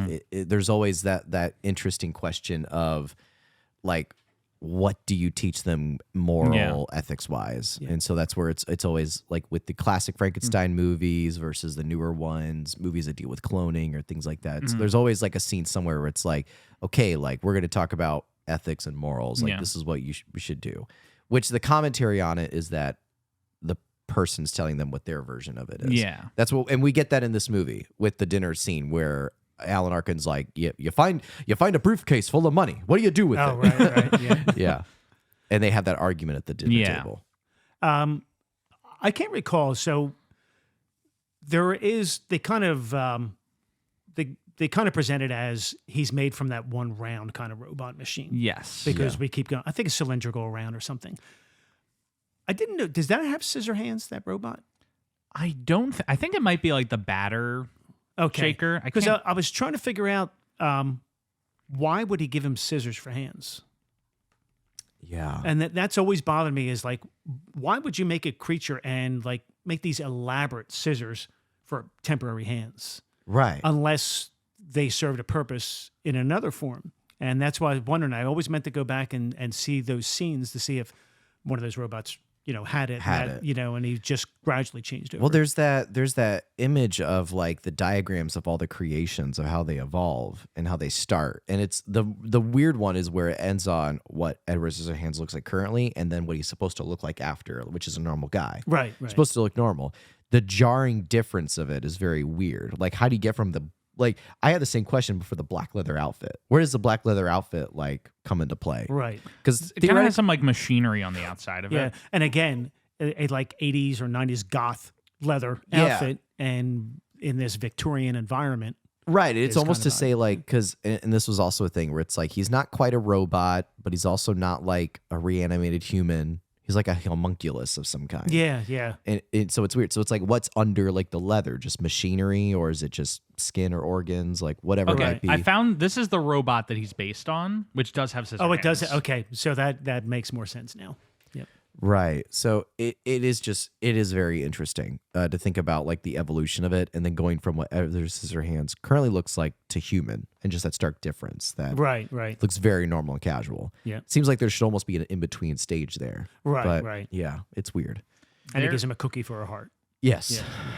There is this this one part of the robot machine. I don't remember what it is, but anytime I watch this movie, I can only think about how much it looks like the toy from Nightmare Before Christmas. Yeah. It's the exact same facial structure with like the mouth in the same position. Yeah. Nice. I just wanted to say that because it's been in my crawl for like 10 years. Nice. Did you see how quickly she slipped that in there? I didn't even notice it. Thank you, wherever you went. The other thing, we were talking about the ethics book. He reads poetry too. Yes, doesn't he? Because he eventually says like, "All right, this is boring. Let's do poetry." Right. Kind of spawns his artistic interests. Well, that's kind of in. Again, Vincent Price also was a major art collector. He collected a lot of art, and he also believed in accessibility to art for the general public. So he created. I shouldn't say created. He curated collections of art to be sold affordably through Sears. Yeah. So awesome. So you could buy paintings for $100, $200 that were good pieces of art. They weren't just mass-produced junk. In my business, I see them pop up every once in a while, and I think he donated it to a museum somewhere. But he was always a promoter of the arts. So that kind of it finds its way into the movie. Exactly. Yeah, That's awesome. That's really cool. And it's interesting that, like you said, it spawns the creative side of him too. Yeah. He's not just trying to make him like a cold, calculating, ethical robot. But one that has interests and feelings. And because he even's like, this ethics stuff is boring. Let's talk about art. Yeah. Which spawns what happens to Edward later. He's a romantic. Yeah. And he's an artist, physical artist to sculpture. But the next scene we do, this is when we finally meet Winona proper in the movie. Are we at the barbecue? No, because the barbecue happens after she comes back, doesn't it? Maybe. I mean, I don't think it matters either way. Yeah. So, because I think the basic structure is that, he goes to bed that night, and he sleeps. He's sleeping in Kim's bed. Yes, the water bed. That's not leaking somehow. And seemingly the parents... The stuffed animal fixed it. Right, the stuffed animal fixed it. And seemingly the parents don't expect her to be home that night. But like a van with flames, and it looks like the freaking Scooby... It looks like the Scooby mystery machine pulls up. And so we meet Anthony Michael Hall as Jim and Winona as Kim. Yeah. Heat check. How we feeling about Anthony Michael Hall in this movie? Horrible. Awful. It's terrible. So, again, I was around when 16 Candles came out. He was Rusty in the original Vacation. Weird Science. He always played the nerdy guy. Yeah. So here he is. I think he might have done another kind of tougher guy or straighter guy movie before this. I think he just tried to oversell it. Yeah. yeah. The pursing of the lips and the eyes, like who in their right mind would want to hang with this guy or date this guy? Yeah. He was just over the top and stiff. He would just stay his line, purse his lips, and just stand there and stare. Yeah. He's like you said, he's a nerd who's trying to be a jock in this movie, and it doesn't work. Because you need like an actual jock to play this role. Yeah. Like you almost need like a Robert Downey Jr. from 1969 to just play this role. Honestly, yeah. Or Kiefer Sutherland. And he later joined Saturday Night Live's cast. Anthony Michael Hall? Yeah, he was on there for, I think it might have been the Eberhardt years. And he's still going nowadays. This isn't recent, but he was in The Dark Knight. And then most recently, he was That's in... right, The Dark Knight, I remember. Yeah, he's the newscaster who gets kidnapped by the Joker. Oh, yeah. Whose name I am forgetting. But he was recently in Halloween Kills, the second most recent Halloween movie, where he basically plays like an alt-right guy who gets the entire town rallied against Michael Myers. That's awesome. That movie is very funny. That's the secret of that movie. Is it's basically a comedy about a town turning to far-right conservatism to take down Michael Myers, and they all get killed for it. That's awesome. But he has kind of figured out his niche nowadays, which is back to playing like losers and dorks. Yeah. And he was very good. He was very promising in the roles he did do. This just wasn't the role for him. Yeah. Good actor, just that was a miss. made a wrong choice. Yeah. So yeah, the van opens up and Winona even gives a line. It's like, I told you should have called your parents. So we were coming early. And so then she sneaks inside the house. Yeah. And that's where we get the scene where she like essentially almost starts to like undress. Yeah. She doesn't go to nudity. She just takes her shirt off and she's in a very clingy shirt. Yeah. And I remember seeing that and to me it said, hey, I'm an adult now. Yeah. So, and I think. And in the background, Ed is just like, I mean, he's not literally clinging onto the sheets, but if he could cling onto the sheets, it's almost like what he's doing. He's just like, oh. That's what she sees him. And I love the shot that goes after in the hallway because it lasts for a while when Kim freaks out and starts screaming bloody murder. Right. And he pops the waterbed multiple times. It's like the long delayed joke is going to happen. It's, it's one of the most like the second the waterbed is introduced, you're like, this thing's going to explode. Like if it'd be malpractice for him not to have this waterbed explode later in the movie. Should be tanked if it didn't explode. But then it cuts to this hallway shot where all the action seemingly happens, where the parents rush out. And then the kid Kevin walks out and he's like really tired and immediately the parents know what's going on. It's like, oh, okay. Like, no. Like, it's fine. And Edward then like walks out robot move. It's just he like, cause he's having like a panic attack essentially at this moment. And then Alan Arkin like turns like, no, Ed, this way. Yeah. I like that Diane Weiss is like running in like, don't worry. Well, it's fine. This is Edward. He's a nice guy. And Alan Arkin's like, oh, I don't know. I'm awake or something. Come on, let's go down to the basement. He's like, he gives him a glass of whiskey. Yeah, and he can't. Edward sucks through a straw. He sucks it through a straw. It sounds like the worst thing ever. Well, he had no option, you know? Yeah, right. I like that he just spends the next scene and go, yeah. And he's like, what is it? It's lemonade. Because in the next scene, when she's like, do you want to eat lemonade, Ed? Barbecue, he's like, But they bring Winona down to the basement to like introduce her to him. Yeah. Formally after he terrified her. Yeah. And she's like, how are you? And he's bad first impression, falls to the ground. Yeah. Passes out. And I think I think the barbecue scene was before this because the next scene that cuts to after is he's trimming hedges already. Okay, so at this point, maybe we went slightly out of order, but we can talk about the barbecue. Barbecue scene essentially like everybody's there, except for Kim, and they're introducing Ed around to everybody, and everybody who talks to Ed, they're all fascinated by him. They're all fascinated by him. The part that stuck out to me was like there were a group older guys. It's like, Right, hey, yeah. Ed, you want to come over and play a card game with us on the weekends? It's like, oh, yeah, sure. It's like, all right, great. Just remember, you can't cut the deck. Yeah. And I was like, oh, man, that was good. That was good. I don't even have to do it. You have it all queued up. I have it all queued up, Jeff. Wow. So it's all good. It's all ready to go. Yes. But immediately, like, all the women start having an interest in him. Yeah. For the most part, it's like kind of an object of fascination, except for Kathy Baker Joyce, who is having like Sexual fascination. a sexual fantasy. This is like an interesting experiment for me. Because she's married, she has a husband, but it's Who we never meet, right? We meet once in the barbecue scene. Okay. Because she comes in with him. I think that's the only scene where the other men of the town like have lines. Is the I barbecue. think that is. We don't see them again. Pretty sure that's except true. for like in crowd shots, Yeah. where they're chasing Ed out of the town, or Which even when they chase him out of town, it's still just the housewives. Yeah. I'm forgetting chronologically. Was the scene where he's sculpting with the kids in the treehouse, is that before or after this? I also think it- that's before. Yeah, it must be before it. So in that scene, unless I'm missing it, so Alan Arkin's out there clipping, and Yeah. he sees Edward, clipping with his hands, and the boys put on a baseball game. yeah. So I was trying to figure out what the purpose of that is. To me, the only purpose I see is when the guy on the radio or whatever must hit a home run or something, Yeah. is when the music goes up and the applause goes up and Edward's Yeah. revealing his masterpiece. I don't know if that was the setup or if there was some other relevance to the father listening to the baseball game. I kind of think it is just that The build Burton up. was trying to think of an interesting way to Okay. show pride in Edward's creation. Right. And Alan Arkin's not going to be the one to go, "Whoa, that's a great job, Ed," and clap for it. Because there's almost no outside influence in anything in this Yeah. movie.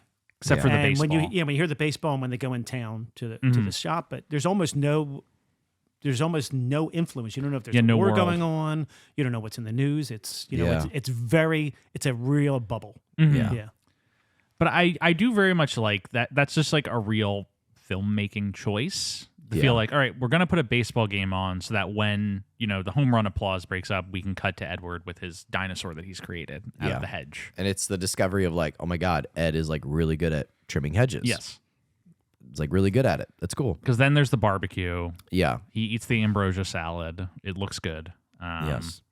That Tim Burton said in an interview that was one of 2 times Johnny Depp had to puke on set. Yes. First time was when he had to do like 4 takes of eating the ambrosia salad. Yeah. And then the second one was when he had to run from the police. Yeah, It's like because a he's whole- Well, I think it wasn't just the ambrosia salad, didn't Joyce put it in his mouth and all the other housewives start Yeah, it shoving came out, things in shoving his stuff mouth. in his mouth, Yeah. Because they filmed this in Florida in the summer.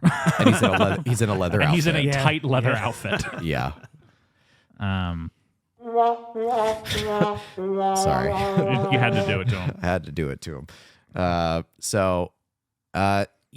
So we covered that. Yeah, we covered bit, the and then barbecue. Winona comes Treehouse. back. Winona comes back. The next thing after that is He just, it's more or less like 20 Business. minutes just of montage yeah. business of him becoming famous in the town. He starts trimming the hedges. Eventually, he starts Trimming the dogs. dogs. And then he starts giving haircuts to the women. And then he goes to the salon thing. He becomes a celebrity at this point. But I like that all of his art, especially the dogs and the haircuts, are so Unique. yeah. They're not like a traditional cut for a Burton-esque, dog. Yeah, they're typical, Burton-esque. Yeah. One lady literally has a square Yeah. Yeah, And, like, haircut without, with like, ribbons and all that But stuff. like they're really into it. yeah. And, like the women like that and the people of the town like this new art style that's coming into their kind of blasé town. And it actually kind of introduces nonconformity Yeah. to them Yeah. who Yeah. conform. Yeah. They, except for Joyce, she's got her unique style. I don't know if you noticed, she has pink toilet paper. I did not notice. Yeah. that. not noticed There's a that. scene where that she's so fashionable, she actually has pink toilet paper. Oh my Yeah, God. Yeah. And That is cool. because a movie that's kind of has a similar conceit is Pleasantville, Right. which is they go into a 50s TV show and they start bringing color to it. Yeah. It's kind of like that, but with Edward, bringing nonconformist art to the town, and people Right. start acting differently until such time as they think it's offending their way of life. Right. That's when they turn on him. Yeah, because honestly, the next bit that I can remember, like the big Yeah. scene, is the TV show appearance Is there anything before that is like? Because it's just like the dog, the haircuts, all that stuff. So does he go in town for the loan before that or after that? It's after I think this. it's after Okay. Because this is where he gets the idea after, of owning the salon. Yeah, the salon is after, the bank is after, the Joyce backroom scene is after. Yeah. Because he's on the TV show. And this feels like the most like modern Burton kind of touch to this movie. Modern as in like... this feels like something that Tim Burton is very much saying like is from his life at the moment that he makes this movie. Yeah. Is he doesn't seem like a guy who's really like that passionate being on talk shows. Right. And they're kind of just parading him about on these television shows to kind of show how weird he is. Again, not so much a teenage reflection, but his filmmaking reflection. Like this feels like something Tim Burton's saying. This sequence feels like when I was promoting Batman, they would haul me out to all these TV shows, and people and the newscasters and then the people in the audience would be like, wow, look at how weird this guy is. He's interesting. Just such a weirdo. And it's less like they're not interested in talking to me. They're interested in kind of just gawking at how weird I am. Studying me. Yes. Yeah. And a little note in there. So the TV show he's on is, the host is John Davidson, who was a heartthrob. I'm not going to say old, but older. Yeah. He wasn't like a teen. But he was always known for the swoop of the hair. He had that nice Glenn Campbell kind of hair that came across. And in this, they gave him a perm. Yeah. Which is very unusual. So he had a perm, which is very 70s. And these types of shows were pretty prominent in the 70s. Yeah. And I just thought that was kind of humorous to see him walk around with that perm. Yeah. Right. One thing that I wanted to point out it's reoccurring. I think I know what you're about to say. Is I know a doctor who can help you. Yeah. That because it happens like once beginning in the barbecue scene where one of the Diane Wiest offers at the beginning. And then it's at the barbecue. Yeah, and then it's at the here. barbecue. And I think it happens one more time. Somewhere, yeah. But people keep like being like, I know a doctor could help you. And he's like, I'd like to meet them. And then no one ever follows up on it. I guess like to analyze that point, to me, it's like the point of which is, again, it's all these people who are fascinated in studying him, but not actually They'll pay lip service to helping him. They'll pay lip service to helping him, yes. Yeah. But they won't actually like go out of their way to do anything. Hence why everyone says they know a doctor who can help him, but does he ever get connected with a doctor in the movie? No, he never does. He never gets help. Yeah. But then the question then gets asked in the same scene of like, if you thought about opening a salon. Well, I was going to say like, if you fixed your hands, don't you feel like that's going to take away what makes you special? You'd be like everybody else. Yeah, you'd be like everybody else. Exactly. And he's like, that seems fine to me. Yeah, and Diane Wiest immediately cuts in. It's like, Ed will always be special. Will always be special. I'm sure that's how Tim Burton felt with his mom as a kid. That feels very pointed to... Like that his mom would always say, like, you're special. You'll always be special no matter what you're like. Right, yeah. Because he has a lot of affection for that character. What's the allegory for Tim Burton's filmmaking Scissorhands? What does he get rid of that makes him like everybody else? His kookiness? Yeah, his kookiness. Okay. Like maybe someone said, have you ever thought about not being kooky? Yeah, like it would be, have you thought about like making a normal movie? Right. Because even when Tim Burton does make like a drama, which would be like an Ed Wood or Big Eyes or Big Fish. They're still... Find the two of those are big. They're all still very like bizarre in his style. He's not going to just like be like, you know what? I'm just going to go make like Bridge of Spies. Yeah. Like Tim Burton's not going to do He's not going to make The Post. Yeah, he's not making The Post. Yeah. Tim Burton's The Post. Right, yeah. And I would love to see that if he's ever interested. But it would take away what makes him special. Yeah, I just would be very fascinated to see him try and make like a dry newspaper drama. Spotlight. Yeah. Tim Burton Spotlight. Tim Burton Spotlight. Yeah. The scene ends with, do you have a girlfriend? And Kim and Jim are watching. And Jim's like, oh, yeah, he does. Yeah. Right. Kim's like, stop it. And then it gets a very dramatic pause here because then Ed is like leaning into the microphone very slowly. He's looking at the camera like he's looking at Kim. Yeah. Right, but exactly. She feels him. Yeah. But before he can answer, he like, I guess his scissor hands touches the wiring on the mic and it explodes. Yeah. And and he's getting rocked back, and everyone laughs at how silly he is. Anthony Michael Hall overdoes. Yeah, and then it cuts to Robert Downey, it cuts to Robert De Niro in The Joker, being like, "No one's laughing now." Yeah. he tries to get the loan, but he doesn't have a social security number, driver's license, or line of credit. Yeah. And they tell him, well, just get those and buy a car, and then we can consider having a loan for you. Yeah. And again, when he goes to get the loan, if you remember the shot of the building. Yeah. It's just a square. It's a gigantic blank square, and it's got the door in the middle. Yeah. Again, creating emptiness. Yeah. When he goes to the police station, high ceilings, nothing on the walls. Yeah. Like everything in here just... These are places of isolation. Yeah. I do like that the bank just has written bank. Yeah. That's it. The next thing I'm remembering is the salon scene with Joyce. Yeah, because it is like a lot of business through this. Like we can probably, I don't want to say skip, but like kind of just brush over like 20 minutes because it is just like he cuts things. That's what he does. Yeah. The Joyce scene where he, he's looking at the property he's looking to buy, and Joyce is like, "We can have a line of cosmetics right here," and she's like, "Oh, and Peg can sell those," and Joyce is like, "Oh, sure, yeah, I guess that can happen." And here's where I'll stand to greet the customers. Which leads to Edward just like is thinking about how much fun this would be, and she's like, "You want to see the back?" He's like, "Yes." So they go into the back, and she pulls up an apron. It's like, "Would you like to see me model?" And he's like, "Yeah, sure, why not?"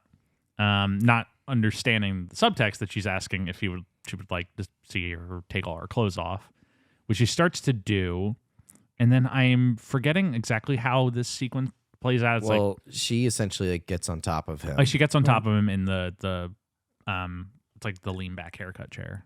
Right. And if you think back to the barbecue, somebody says, "Oh, what they can cut," or something. She says, "You can imagine what they could cut. Yeah. Or what else they could cut." Yeah. And this is where that scene comes to fruition. Yep. But then the whole thing falls over. Yes. And Ed essentially runs He out. runs Panics, out. yeah. Yes. Yeah. Panic runs out. He panics because he's not like a sexual being, and he's being sought after in that respect. Yeah. And Joyce kind of runs after him. It's like, "Ed, you can't do that." Yeah. And then he runs back That's to the diner. basically what turns the town on him. That is the turning point of the movie right The there. second he stops servicing them is when they all turn on him. Yes. And Joyce, is the fire starter for that. She just starts spreading around like, "He tried to rape me." Yeah. Yeah. And it leads to Edward, losing a lot of respect in the town, which gets exacerbated when one day he comes home and finds Kim at the door and she can't get in. He just unlocks the door with his scissor hands, the thing that a guy with scissor hands would do. Yes. Likely place for him to be. And Jim gets the idea of, "Oh, I can rip my parents off from their TV room. We can go steal some of that and then sell it on the market." And I think collect insurance money. It was collect. It was He said, "My insurance. parents can collect insurance money, and I can make a profit off of selling the items." Yeah. So Edward is hesitant, but Kim convinces him to come. Yeah. Against her own original feelings, because she's starting to like him. Starting to in a very, in my opinion, not very organic way. Yeah, I don't really ever feel the turn from her. Yeah. It feels like you need like a little more of her getting to know him, instead of just feeling sorry for him as a like an object. Can I put a little pause here? Did it have to be like a love interest between Winona and Johnny Depp in this movie? Couldn't it not have been like more platonic family love? It could have, but that doesn't sell as well as romance. Yeah. Is what it really comes down to. Because like when she like whispers "I love you" at the very final scene, it almost like kind of like, I don't know. To me, I didn't really buy it. I'm like, I don't buy that you're in love with this person. I like the idea of it being a romance, but I dislike the execution. I think you need a little. You need more. She needs to come earlier in the movie and have more time to develop feelings for him. But that's supposed to be a big moment. Like that's the thing. It's like the two biggest like emotional oomph in this movie is "Hold Me, I Can't" and her saying "I love you." Yeah.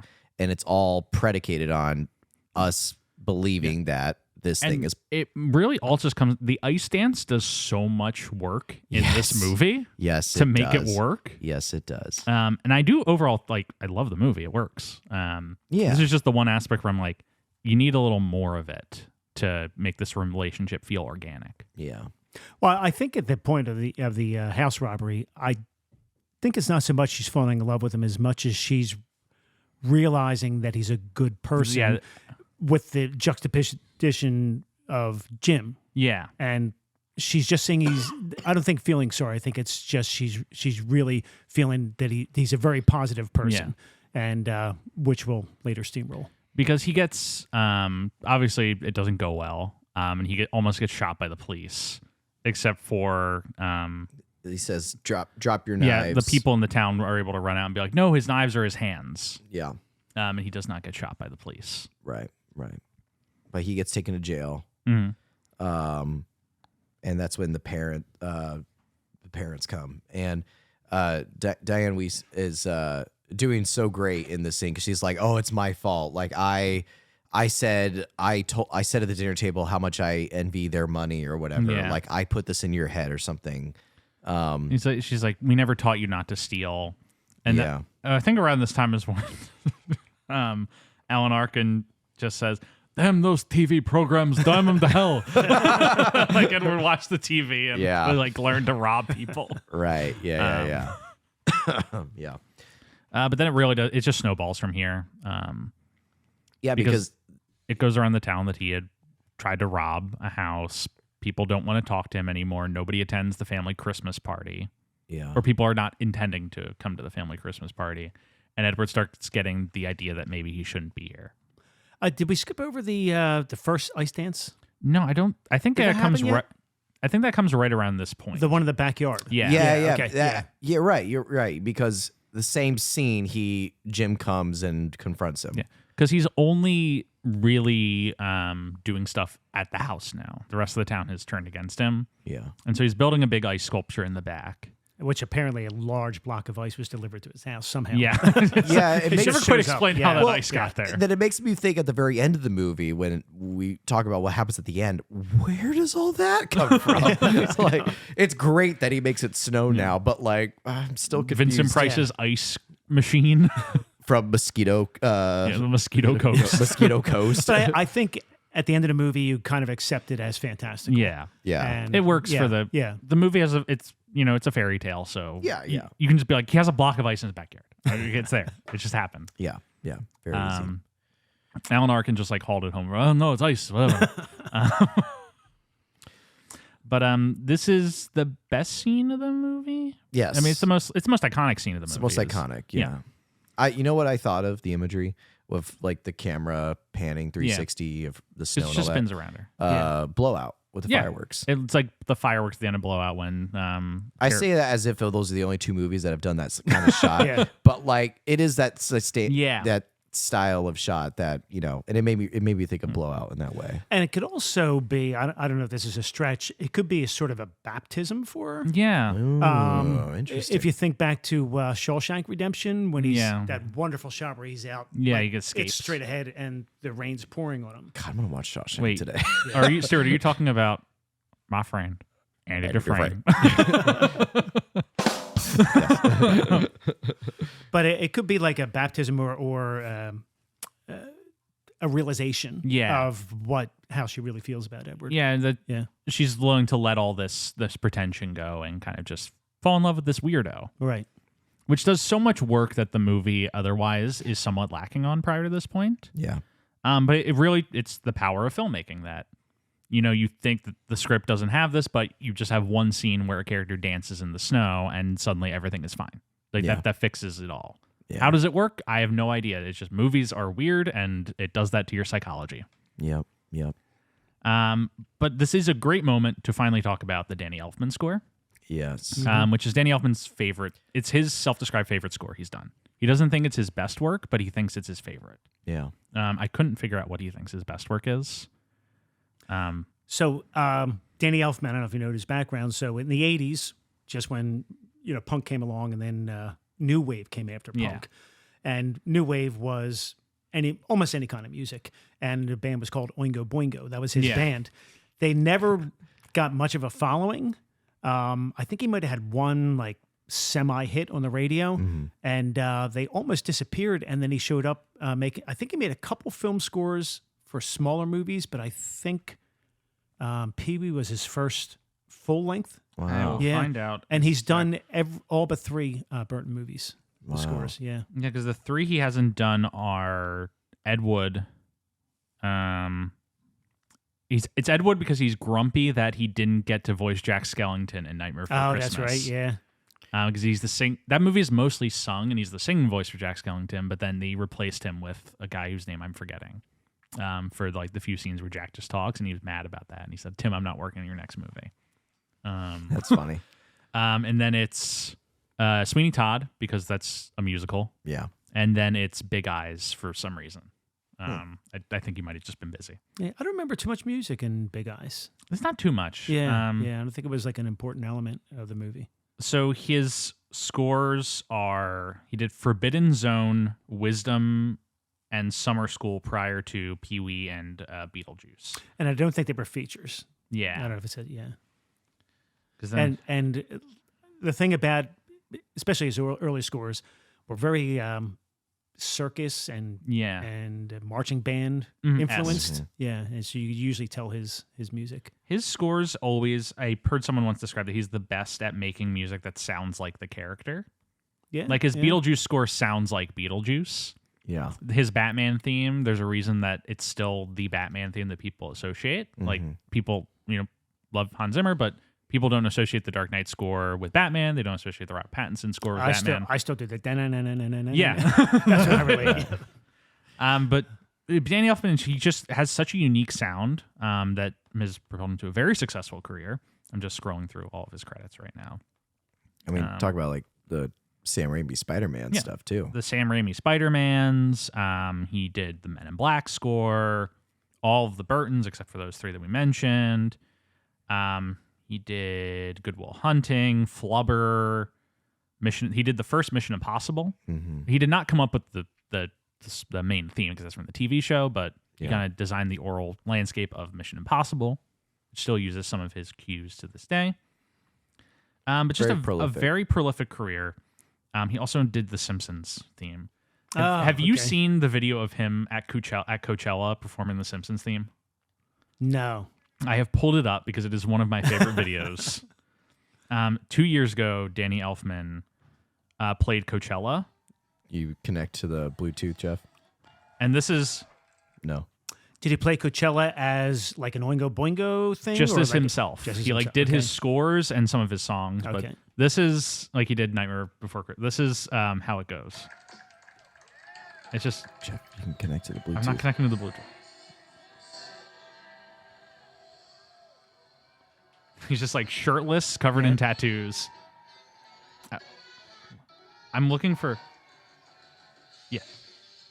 They just like they bust out a full rock band and they just do a metal cover of the Simpsons score.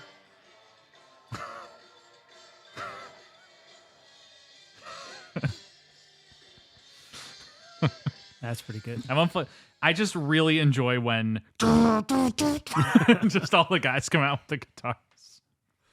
I love The Simpsons. Cool. Okay, Great. so the ice dance is a beautiful sequence. And then we jump. Jim basically comes and interrupts it, is what happens. Yeah. He's like, "Babe, I want you back." And he sees her dancing with him. And it's what starts the final climb. It's what starts the climax. Yeah. He comes down the ladder and accidentally cuts her. Yes. Yeah. Because he's trying. What is he doing when he brushes? He's like doing something to try and like brush something and slices her hand. Well, it's because like he's working on the sculpture and then Jim's like there and he like He's surprised. he's and he spins surprised. around. Yeah. He spins around and And he slices her hand open, and Jim feels like he attacked her. Yeah. And he's like, "You attacking my girl, dude?" And Diane Weiss runs out, takes Winona inside. Yeah. And Edward makes a run for it. Where he stumbles across Kevin, who is crossing the street and is about to be hit by the mystery machine. And so he jumps and tackles Kevin to make sure he doesn't get hit by the car. And then Kevin tries to push him off, but with his scissor hands, he's accidentally slicing Kevin. And it basically, to the town, it looks like he attacked a child. Yeah. This is where the movie could have taken a gross turn, but I'm Yes. glad it didn't. Yes. Because he gets up and the whole town's like surrounding him and is like, he attacked that child. And Joyce is like, he attacked me. And Jim's like, I'm going to kill him. And he runs away. This is where like the Frankenstein mob with the torches and pitchforks comes into play. Because he runs away and finds like a little stoop to hide on, which is where Winona finds him. Yeah. And is this where there's the hold me line? Is that here? Yeah. Yeah, because like they're chasing after him, and then he sneaks back into the house. Yes. That's right. It's in the house. While they're all gone. Yeah. And then she's like, John Arkin's like, oh, I went on, I looked for him, I couldn't find him anywhere. Yeah. It's like he didn't even get in the car. He just walked down the block. Right. In his robe. But yeah, then Diane Weiss is like, maybe it's best that he's gone. Right, yeah. Because but this is the scene where Winona is, I can't remember what she says before the hold me line, other than just like, they're coming after you. She says like, Kevin's fine, it's all okay. Oh, like Kevin's fine, the cut was just a scratch or whatever. Like, it wasn't bad. But he's still like kind of like scared. Yeah. And I think, is that where she asks him and why he did the robbery, and she said, or he says, I did it for you? Yes. I think that's the moment. I did that for you. I did know that it was Jim's house, but I did it for you. Yeah. And then that's where she says, hold me, and he tries to, but then he realizes, like, I can't. Which is the Lenny. Yeah. The Lenny comparison. And then he decides he's going to make his way back to the castle. Well, after that, I think he goes across the room and she goes over and she lifts up his arms. Yeah. And kind of drapes his arms over so the scissors hang over her back. So now he has his human connection for the first time. Yeah. He finally feels the embrace of somebody else and love. Yeah. And he likes it. See, that would have been enough for me. Yeah. That's what I meant by the question of like, could it just have been like a platonic family love, like, a general connection. Yeah, just a general connection. Like the romance love, I wasn't sure. And only because I just couldn't buy it from Winona, really. But that's iconic, that moment there. Like the hold me I can, and then when she like drapes over like the scissor hands, like that was all beautiful. Right. Beautiful, well done. Because I forget, how does he get spotted again? Is it just that like he goes outside and they see him and the cops start chasing him? Maybe. Yeah. I think that might just be that. Yeah, I think so. Because he gets pursued by the police. One cop car and a mob to the castle, and he runs up. Did something happen before that? When was the scene where he was going down the hallway scratching the walls? Was that after the embrace? That was because he was that's fired much earlier. That was after he gets bailed out of jail, I think. Yeah. Okay. When he gets bailed out of jail and he sees Winona go back to Jim. Yeah, that was and that's when he cuts it up. Yeah. Okay. That's when he has his like temper tantrum essentially. Yeah. But at this point he's running from the police. Yeah. And this is one of those things that I find somewhat annoying in movies. I can probably, given time, find 5 other movies that do this exact same gimmick, where it's like everybody in this movie is white except for the one cop who's black, who's black, who shows kindness toward the outsider. And it's like such an easy thing for like films to do, to have like the one black character who associates with the outsider. Yeah. But like that character never has any personality to them. Right. You don't learn anything. It's just an easy way for a white filmmaker to say, hey, we'll throw the one black guy in who sympathizes with the outsider. And that's my way of like having some diversity and a thumbs up in the movie. Yeah. Well, kind of, if you want to look at his character, he's an outsider himself. He doesn't live in the town. Yeah. He is black, and he is an outsider, so I guess he can kind of connect to him. Yeah, it's just But I see your point. Yeah, it just always feels easy to do that. Yeah, it's an easy trick. It's an easy trick to pull off rather than have the time to earn it. Yeah. To earn someone who sympathizes with Edward. Yeah. But he's like, oh, keep running, kid. And then he tries to push the townspeople away from the house so they don't pursue him anymore, which they do. Because he sees Edward running up the castle and he pulls out his gun and fires up at the sky a few times. And then he holsters it, walks back, and all the housewives are there. Again, it's just the housewives. None of the husbands are there. And Jim, I want to say. And they're all like, what happened? What happened? We have to know. He's like, it's all over now. It's like, did you shoot him? It's like, don't worry about it. It's all over now. And then he leaves. And then Winona runs after him Yeah. first. And Jim pursues. Jim pursues, and then the housewives eventually are like, "Well, I want to see what Yeah. happens." Like, it's funny that they're chasing him, not so much of like they want to like get him per se, but it's like they want to know what happens. Right, Like it's their exactly. curiosity that really Exactly, leads them in yeah. the most. Yeah. It's not their rage. And when she does go in through the gates in her lawn, then another wonderful scene where she goes and it's just wonderful sculptures all over. Yeah, And there's a sculpture of a family, yeah, and which kind of, makes her think, well, this is what he's looking for. He's looking for Yeah. a family. He's looking for connections. yeah, right. And so she makes it up to the attic, and that's where we have. I can't remember what happens, but in between until Jim shows up when Winona and Ed are there. I think they're saying like you can't come back or something like that, or like this is goodbye. And then Jim shows up, and then Yeah, Jim shows up. Edward's trying to like not hurt him. Yeah, trying not to hurt him. But eventually Jim hits Winona. And that's when Edward just like It's like halfway an accident, halfway on purpose. Yeah. Because like he gets in between Winona and Kim and Jim, and then Jim turns around and lunges back, and it's almost like he just pushes his hand forward, and Jim Well, runs it's kind of into like that, it. but if you look at it, because this is cemented in my mind, is the face he has when he does that. Oh, yeah. He turns around, and it's for the first time you see pure rage in Yeah. his face. And he turns, and you see him look right at him and charge right to him and right in. Intentional. I like how like he doesn't like rev up for it. It's just Yeah, he just goes up and it just kinda practically walks right into him. Yeah. it just kind of shows that he has so much power Yeah. that he's not using because he's a good person. Yeah. Like he could just kill a lot of people in this town. It requires no effort on his end. Yeah. But he, is inherently good and has avoided it. He puts so much effort into restraining himself. Yes. How much work it requires not to hurt the people around him. Yeah. But it does kill Jim, who falls through the window Yeah. and onto the ground below, where all the housewives find him. All right. Good.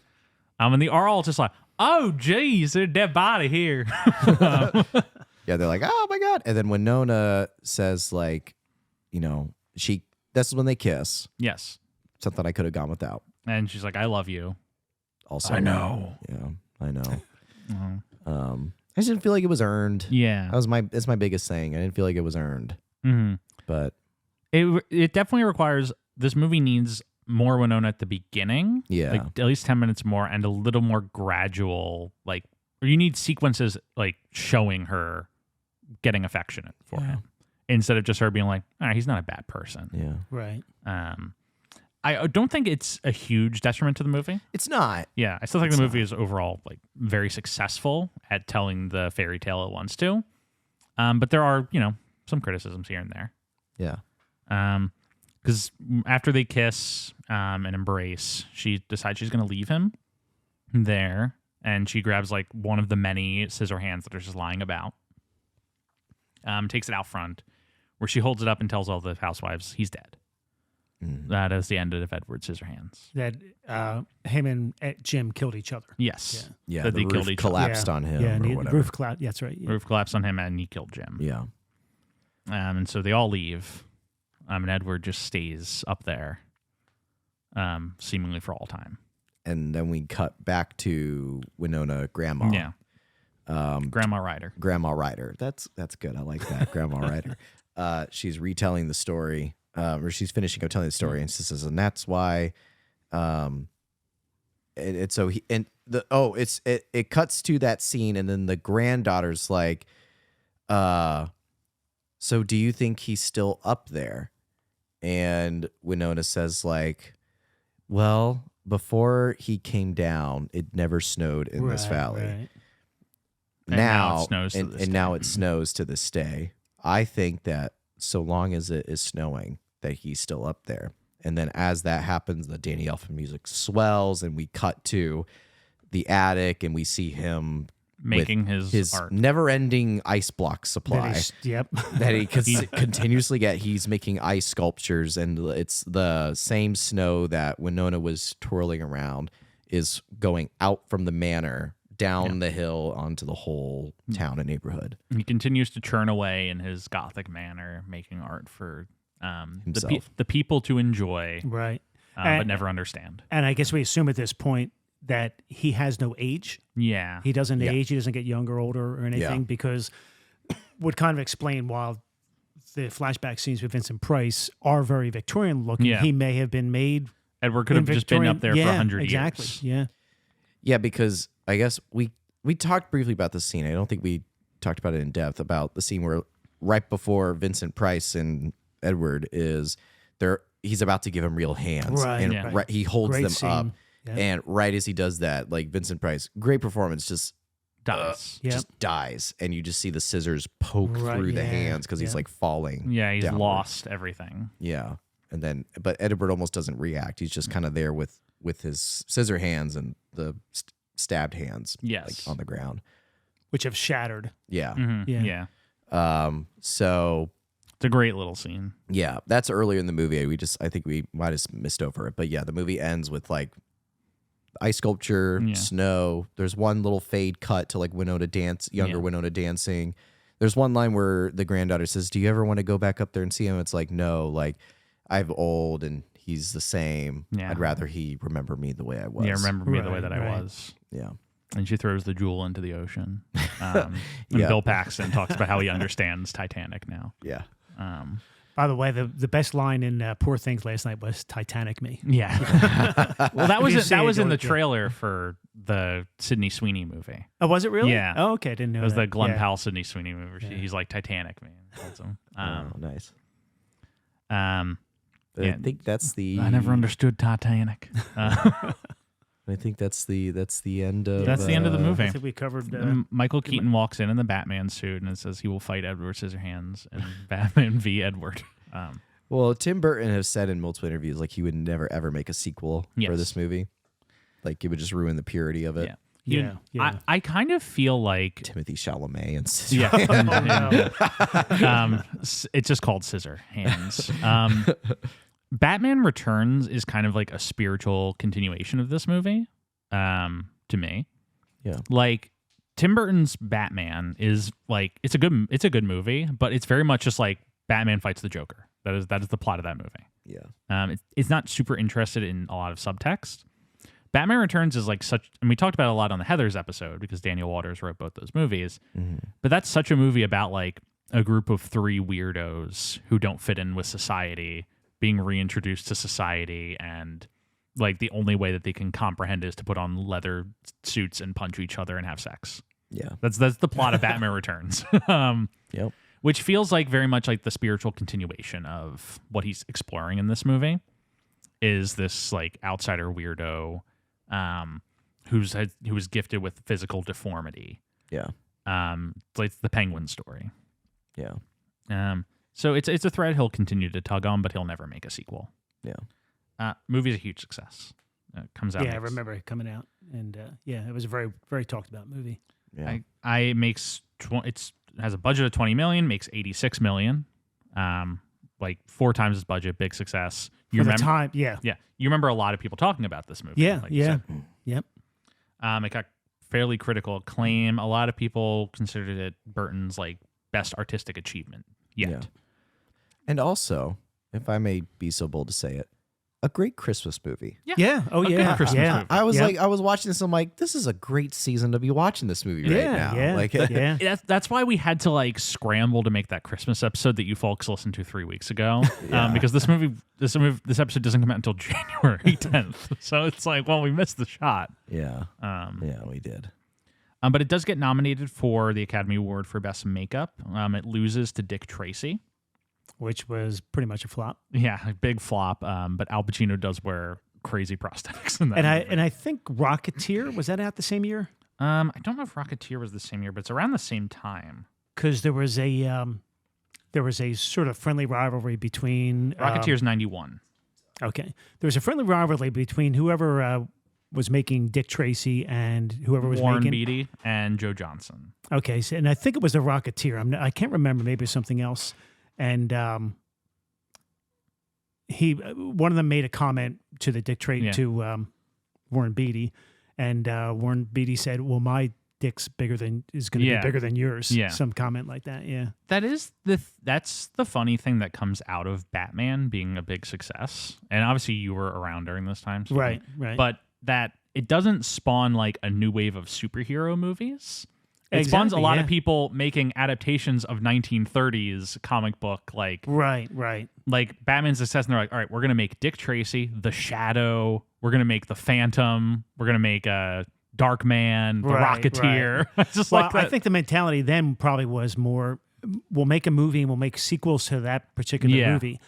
Marvel was brilliant coming up with, we're not going to make sequels per se to Iron Man. We will, but we're going to build a whole universe around this and a whole big story, which is a lot, which is why that worked out better in the Batman. Yeah. I just like that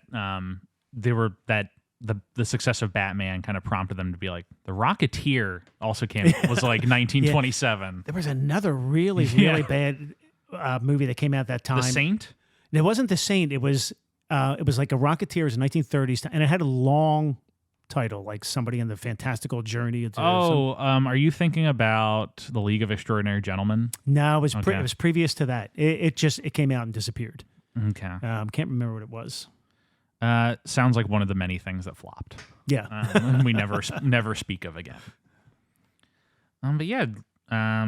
To this day, Burton kind of cites it as his most personal work. It's his first time working with Johnny Depp. It's his last time working with Winona for many years until Frankenweenie. It continues to get a lot of airtime around Christmas on live television series. There is apparently, I'm seeing now, a comic book series that's a sequel to the movie.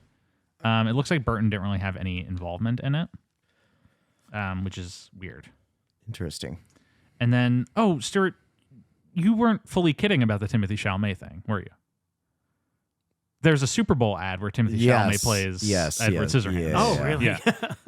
I was like, did you just say that? Or did you that know was deep in my subconscious. I wasn't thinking that actively when I said that joke, but it I guess features Winona Ryder reprising her role and Timothée Chalamet because she's the Diane Wiest character. Yeah, and Scissorhands. Oh my gosh, I gotta pull that up. We'll do an episode on it. Yeah, because we have to. We really wanted to see Winona in that revive that famous part. Yeah, I do like the poster for this movie, how it's very much like, it looks like a sappy romance poster, but with a grotesque guy with scissor hands on it. Isn't this a great poster for this movie? That is a pretty great poster. Like, there's all these like really kind of crappy Photoshop posters that you get on like the DVD now.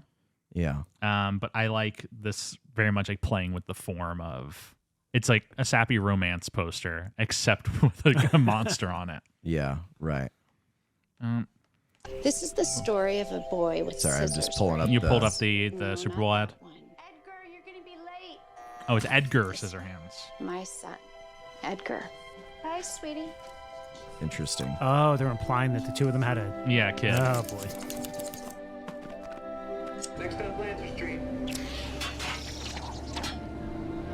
How magnets of opposite poles can... Anyway, that's It's weird that the Super Bowl now, it's like the new thing is we're just gonna make a sequel to a movie that people liked, but with as a Super Bowl ad. Holiday Night Fever. Right. Yeah, like they did the Holiday Night Fever for Travolta. There was the Big Lebowski Dos Equis ad.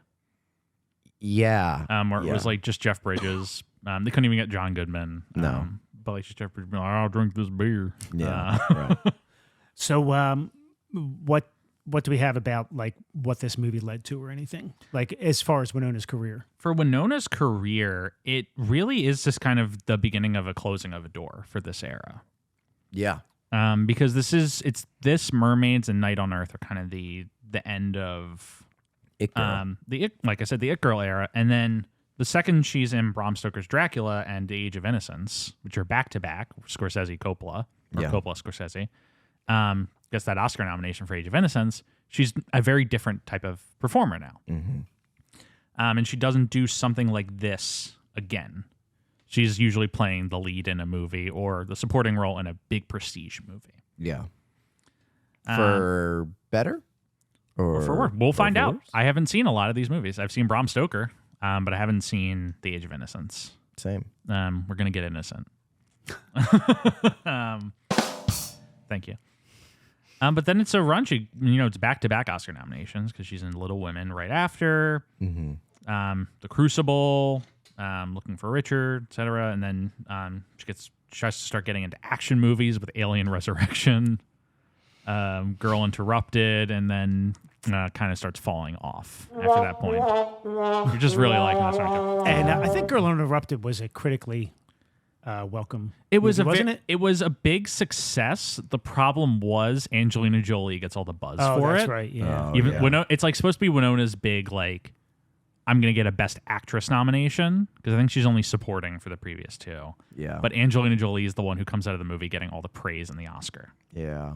And Winona's kind of just like, people are like, yeah, she's good in it, but it's the Angelina Jolie movie.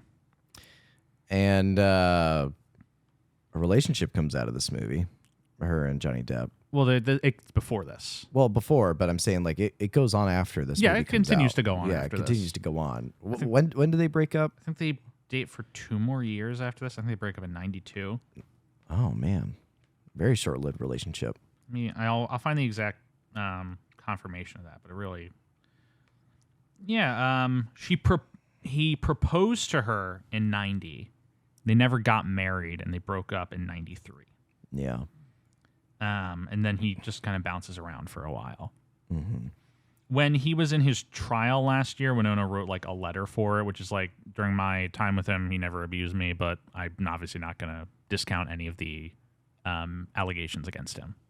That was her contribution to it. She kind of just was like, I have no experience of this, but I'm staying away from it. If they said it, then I believe them. It's a very Switzerland-like approach, maybe. Right. But that's basically all I have to say about Edward Scissorhands. Yeah. And the one comment I have is the blonde hair did not work for her. Yes. But I assume the reasoning for that is To contrast. not just a contrast, but blondes are just stereotypical. They think of them as shallow, and I think that's what they wanted to put in that community. Well, she's in like shorter skirts. She's wearing crop tops. Like it's meant to make her look like like the cheerleader. It's a Right, exactly. Blonde is like yeah. a stereotypical color of beauty. Yeah. And so they just kind of really wanted to contrast her with the all black. He's literally a black and white guy. Yeah. Right. Right. And she's usually a little more colorful. Yeah. Looking at her career real quick. Yeah. Another interesting dichotomy of roles there. Yeah, I don't think she's blonde again. I think this might be the one time she tries it out. Yeah. Besides Super Bowl commercial, Yeah, besides the Super Bowl commercial.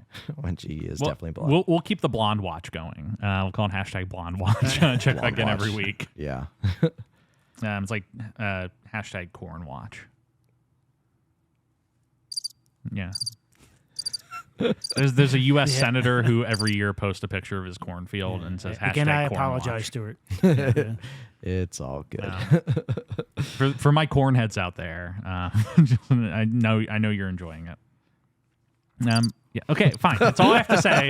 That's all I have to say. I'm armed. Stuart, do you have anything else to say? You're armed and dangerous. No, I like this movie.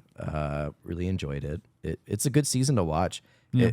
People are watching this in January. It's a shame this episode couldn't come out earlier. Well, wait till we watch Little Women in February. Right. A movie that is like very Christmas homey in a cottage. Yeah, definitely. Maybe that's a good double feature. Watch Edward Scissorhands and Little Women, 2 very wildly different movies. Watch them around Christmas time. Yeah. I think that's a good It's a good It's a good little Winona double feature. Yeah. It's a good Winona double feature for Christmas holiday time. Yes. But that's all I have to say. Do you have anything else to add? about the Not movie? really. I mean, I just enjoy the movie. Yeah. It's a movie you can watch over and over again. Yeah. Visually, it's beautiful, and it's just a nice story that's easy to follow. You can jump in. Once you've seen the movie, you can jump in at any point and watch the rest of the movie. Yeah. I was looking at Tim Burton's list, and I think it's my 4th favorite of his. Really? Yeah, I think because I would prefer Ed Wood, Pee-wee, and Batman Returns to this, but I think this is still one of his upper Ash movies. Right. Yeah. And this is the movie that I got respect for Johnny Depp throughout his career. Yeah. After that he took a Yeah. he took a, I don't want to say challenging role, but out of the box. Yeah, he could have. Out of it. Yeah. He could have continued to just play like heartthrobs. Yeah, and he exactly. decided to upend his persona. Yeah. Right. He also says 160 words in this movie. Yes. Yeah. Yeah. In the 90s, he was making a lot of interesting choices for his roles. Yeah. And like even being in Pirates of the Caribbean was not like an obvious choice for him or a big win. It is And it now. obviously paid off for him in the literal sense. Yeah. Pirates of the Caribbean first one was good. Yes. Downhill after that. Listen, I think Dead Man's Chest is a pretty good sequel. And World's End is, but it at least ends. And I think he got maybe an Oscar nomination for Gilbert Grape. He has 3 Oscar nominations. One of them is for Pirates of the Caribbean, which is wild. The first one? Yes. He gets nominated for the first Pirates. And then he was also nominated for Sweeney Todd. Wow. He was, of course, nominated for The Crimes of Grindelwald. No, I'm kidding. He was arrested for the crimes. His first nomination is for Pirates of the Caribbean. Okay. And then he gets nominated for Finding Neverland and Sweeney Todd. Finding Neverland. Good movie. I have actually never seen Finding Neverland. Oh, you should. I think you have, Jeffrey. I have... But you may not remember, sort of like I don't 2004, remember too right? much. I can't remember too much about it. It was about Peter Pan, right? The writer of It's Peter like Pan. in a world where Peter Pan is still a fictional movie, but he plays the author or Yeah, not? the author I think he plays the author. He Yeah. plays J.M. Barrie. Yeah. It's how he comes up with the idea of Peter Pan, essentially. Good movie. I think it's a good movie. I've seen Christopher Robin. But Is that good? do you know what that movie's about? Well, I know it's Ewan McGregor. But and do you know like what that movie's about? That movie is about Ewan McGregor playing a grown-up Christopher Robin who saw the atrocities of World War II and the Holocaust. and hallucinates them. And recovers when Winnie the Pooh comes back into his life. That is what that movie is about. So it's not a hallucination of his PTSD. No, it's like dead ass. Like Winnie the Pooh comes out of the 100-acre wood, finds him, and is like, "Why'd you stop coming? Why'd you stop coming to the 100-acre wood?" And he's like, "I saw the Holocaust, bro." Like, oh my god. that movie's actually rather good, but it's very bizarre. The opening credits are just like you're hearing like doo doo doo doo as you're like watching Ewan McGregor like fire a machine gun at a Nazi encampment. Oh, wow. Okay, I gotta watch that one. You should watch Christopher Robin. It's very bizarre. Yeah, I do gotta watch that one. Wow. It's probably the most interesting of the Disney live action things that they've done recently. Yeah, because most of them have been terrible. It's the one that kind of has like an interesting hook to it. It's like at least we're gonna do something weird with this. Yeah. But that's all I have to say about Edward Scissorhands and Christopher Robin. Fantastic. We need not digress more into the later Pirates of the Caribbean movies. Yeah. All right. Anything else anyone wants to say? I think we're If not, I will lead us off. Thank you so much for listening this week to Edward Scissorhands. Make sure to tune in next week where we'll be talking about mermaids. The Cher 1991 romance? I think that music actually plays whenever you say the word Cher. Just like you say Cher and that just happens. Yes. But yeah, tune in for that episode. If you like this episode, please remember to rate, review, and subscribe, whatever platform you're listening on. If you dislike this episode, please rate, review, and subscribe on to the podcast above the title, An Exploration of Colin Farrell. Give him a bad review if you dislike us. As a reminder, we are available on Spotify, Apple Podcasts, Google Podcasts, and YouTube. Pop into our Reddit, r/Travolting. Find us at TravoltingPod, Twitter, Instagram, BlueSky, and Threads. Email, travoltingpodcast@gmail.com. You can find me on Twitter at Jeff W. Sweeney. I'm on Instagram. You know where. Anything you want to plug? I'm Alden House on Instagram. If you want to see some artwork. Yeah, he runs a artwork store online. Check it out. There's some fun stuff there. And special thanks, as always, to Rebecca Johnson for graphic design, Michael Van Bodegum Smith for our theme music, and for you for coming on today. I really appreciate you coming out for this. It was a pleasure. Enjoyed it. We finally had all the dads. Yeah, we have all the dads. Now we got to get one episode with all the dads at the same time. We talk- we got to get my dad. Well, that's got to be like ultimate dad. We got to find the ultimate dad movie. There's got to be one. And hopefully one that the dads like and you two don't. Right. Yeah, that'd be awesome. Yeah, that would be one of the most crippling moments of my life. You guys just talk the entire time. Yeah, I'm going to put some alcohol in. Yeah. in the too. mix. Oh, yes. That would be great. Well, that's all I have to say. Thank you so much for listening. Tune in next week. Have a great week, folks, and enjoy your January.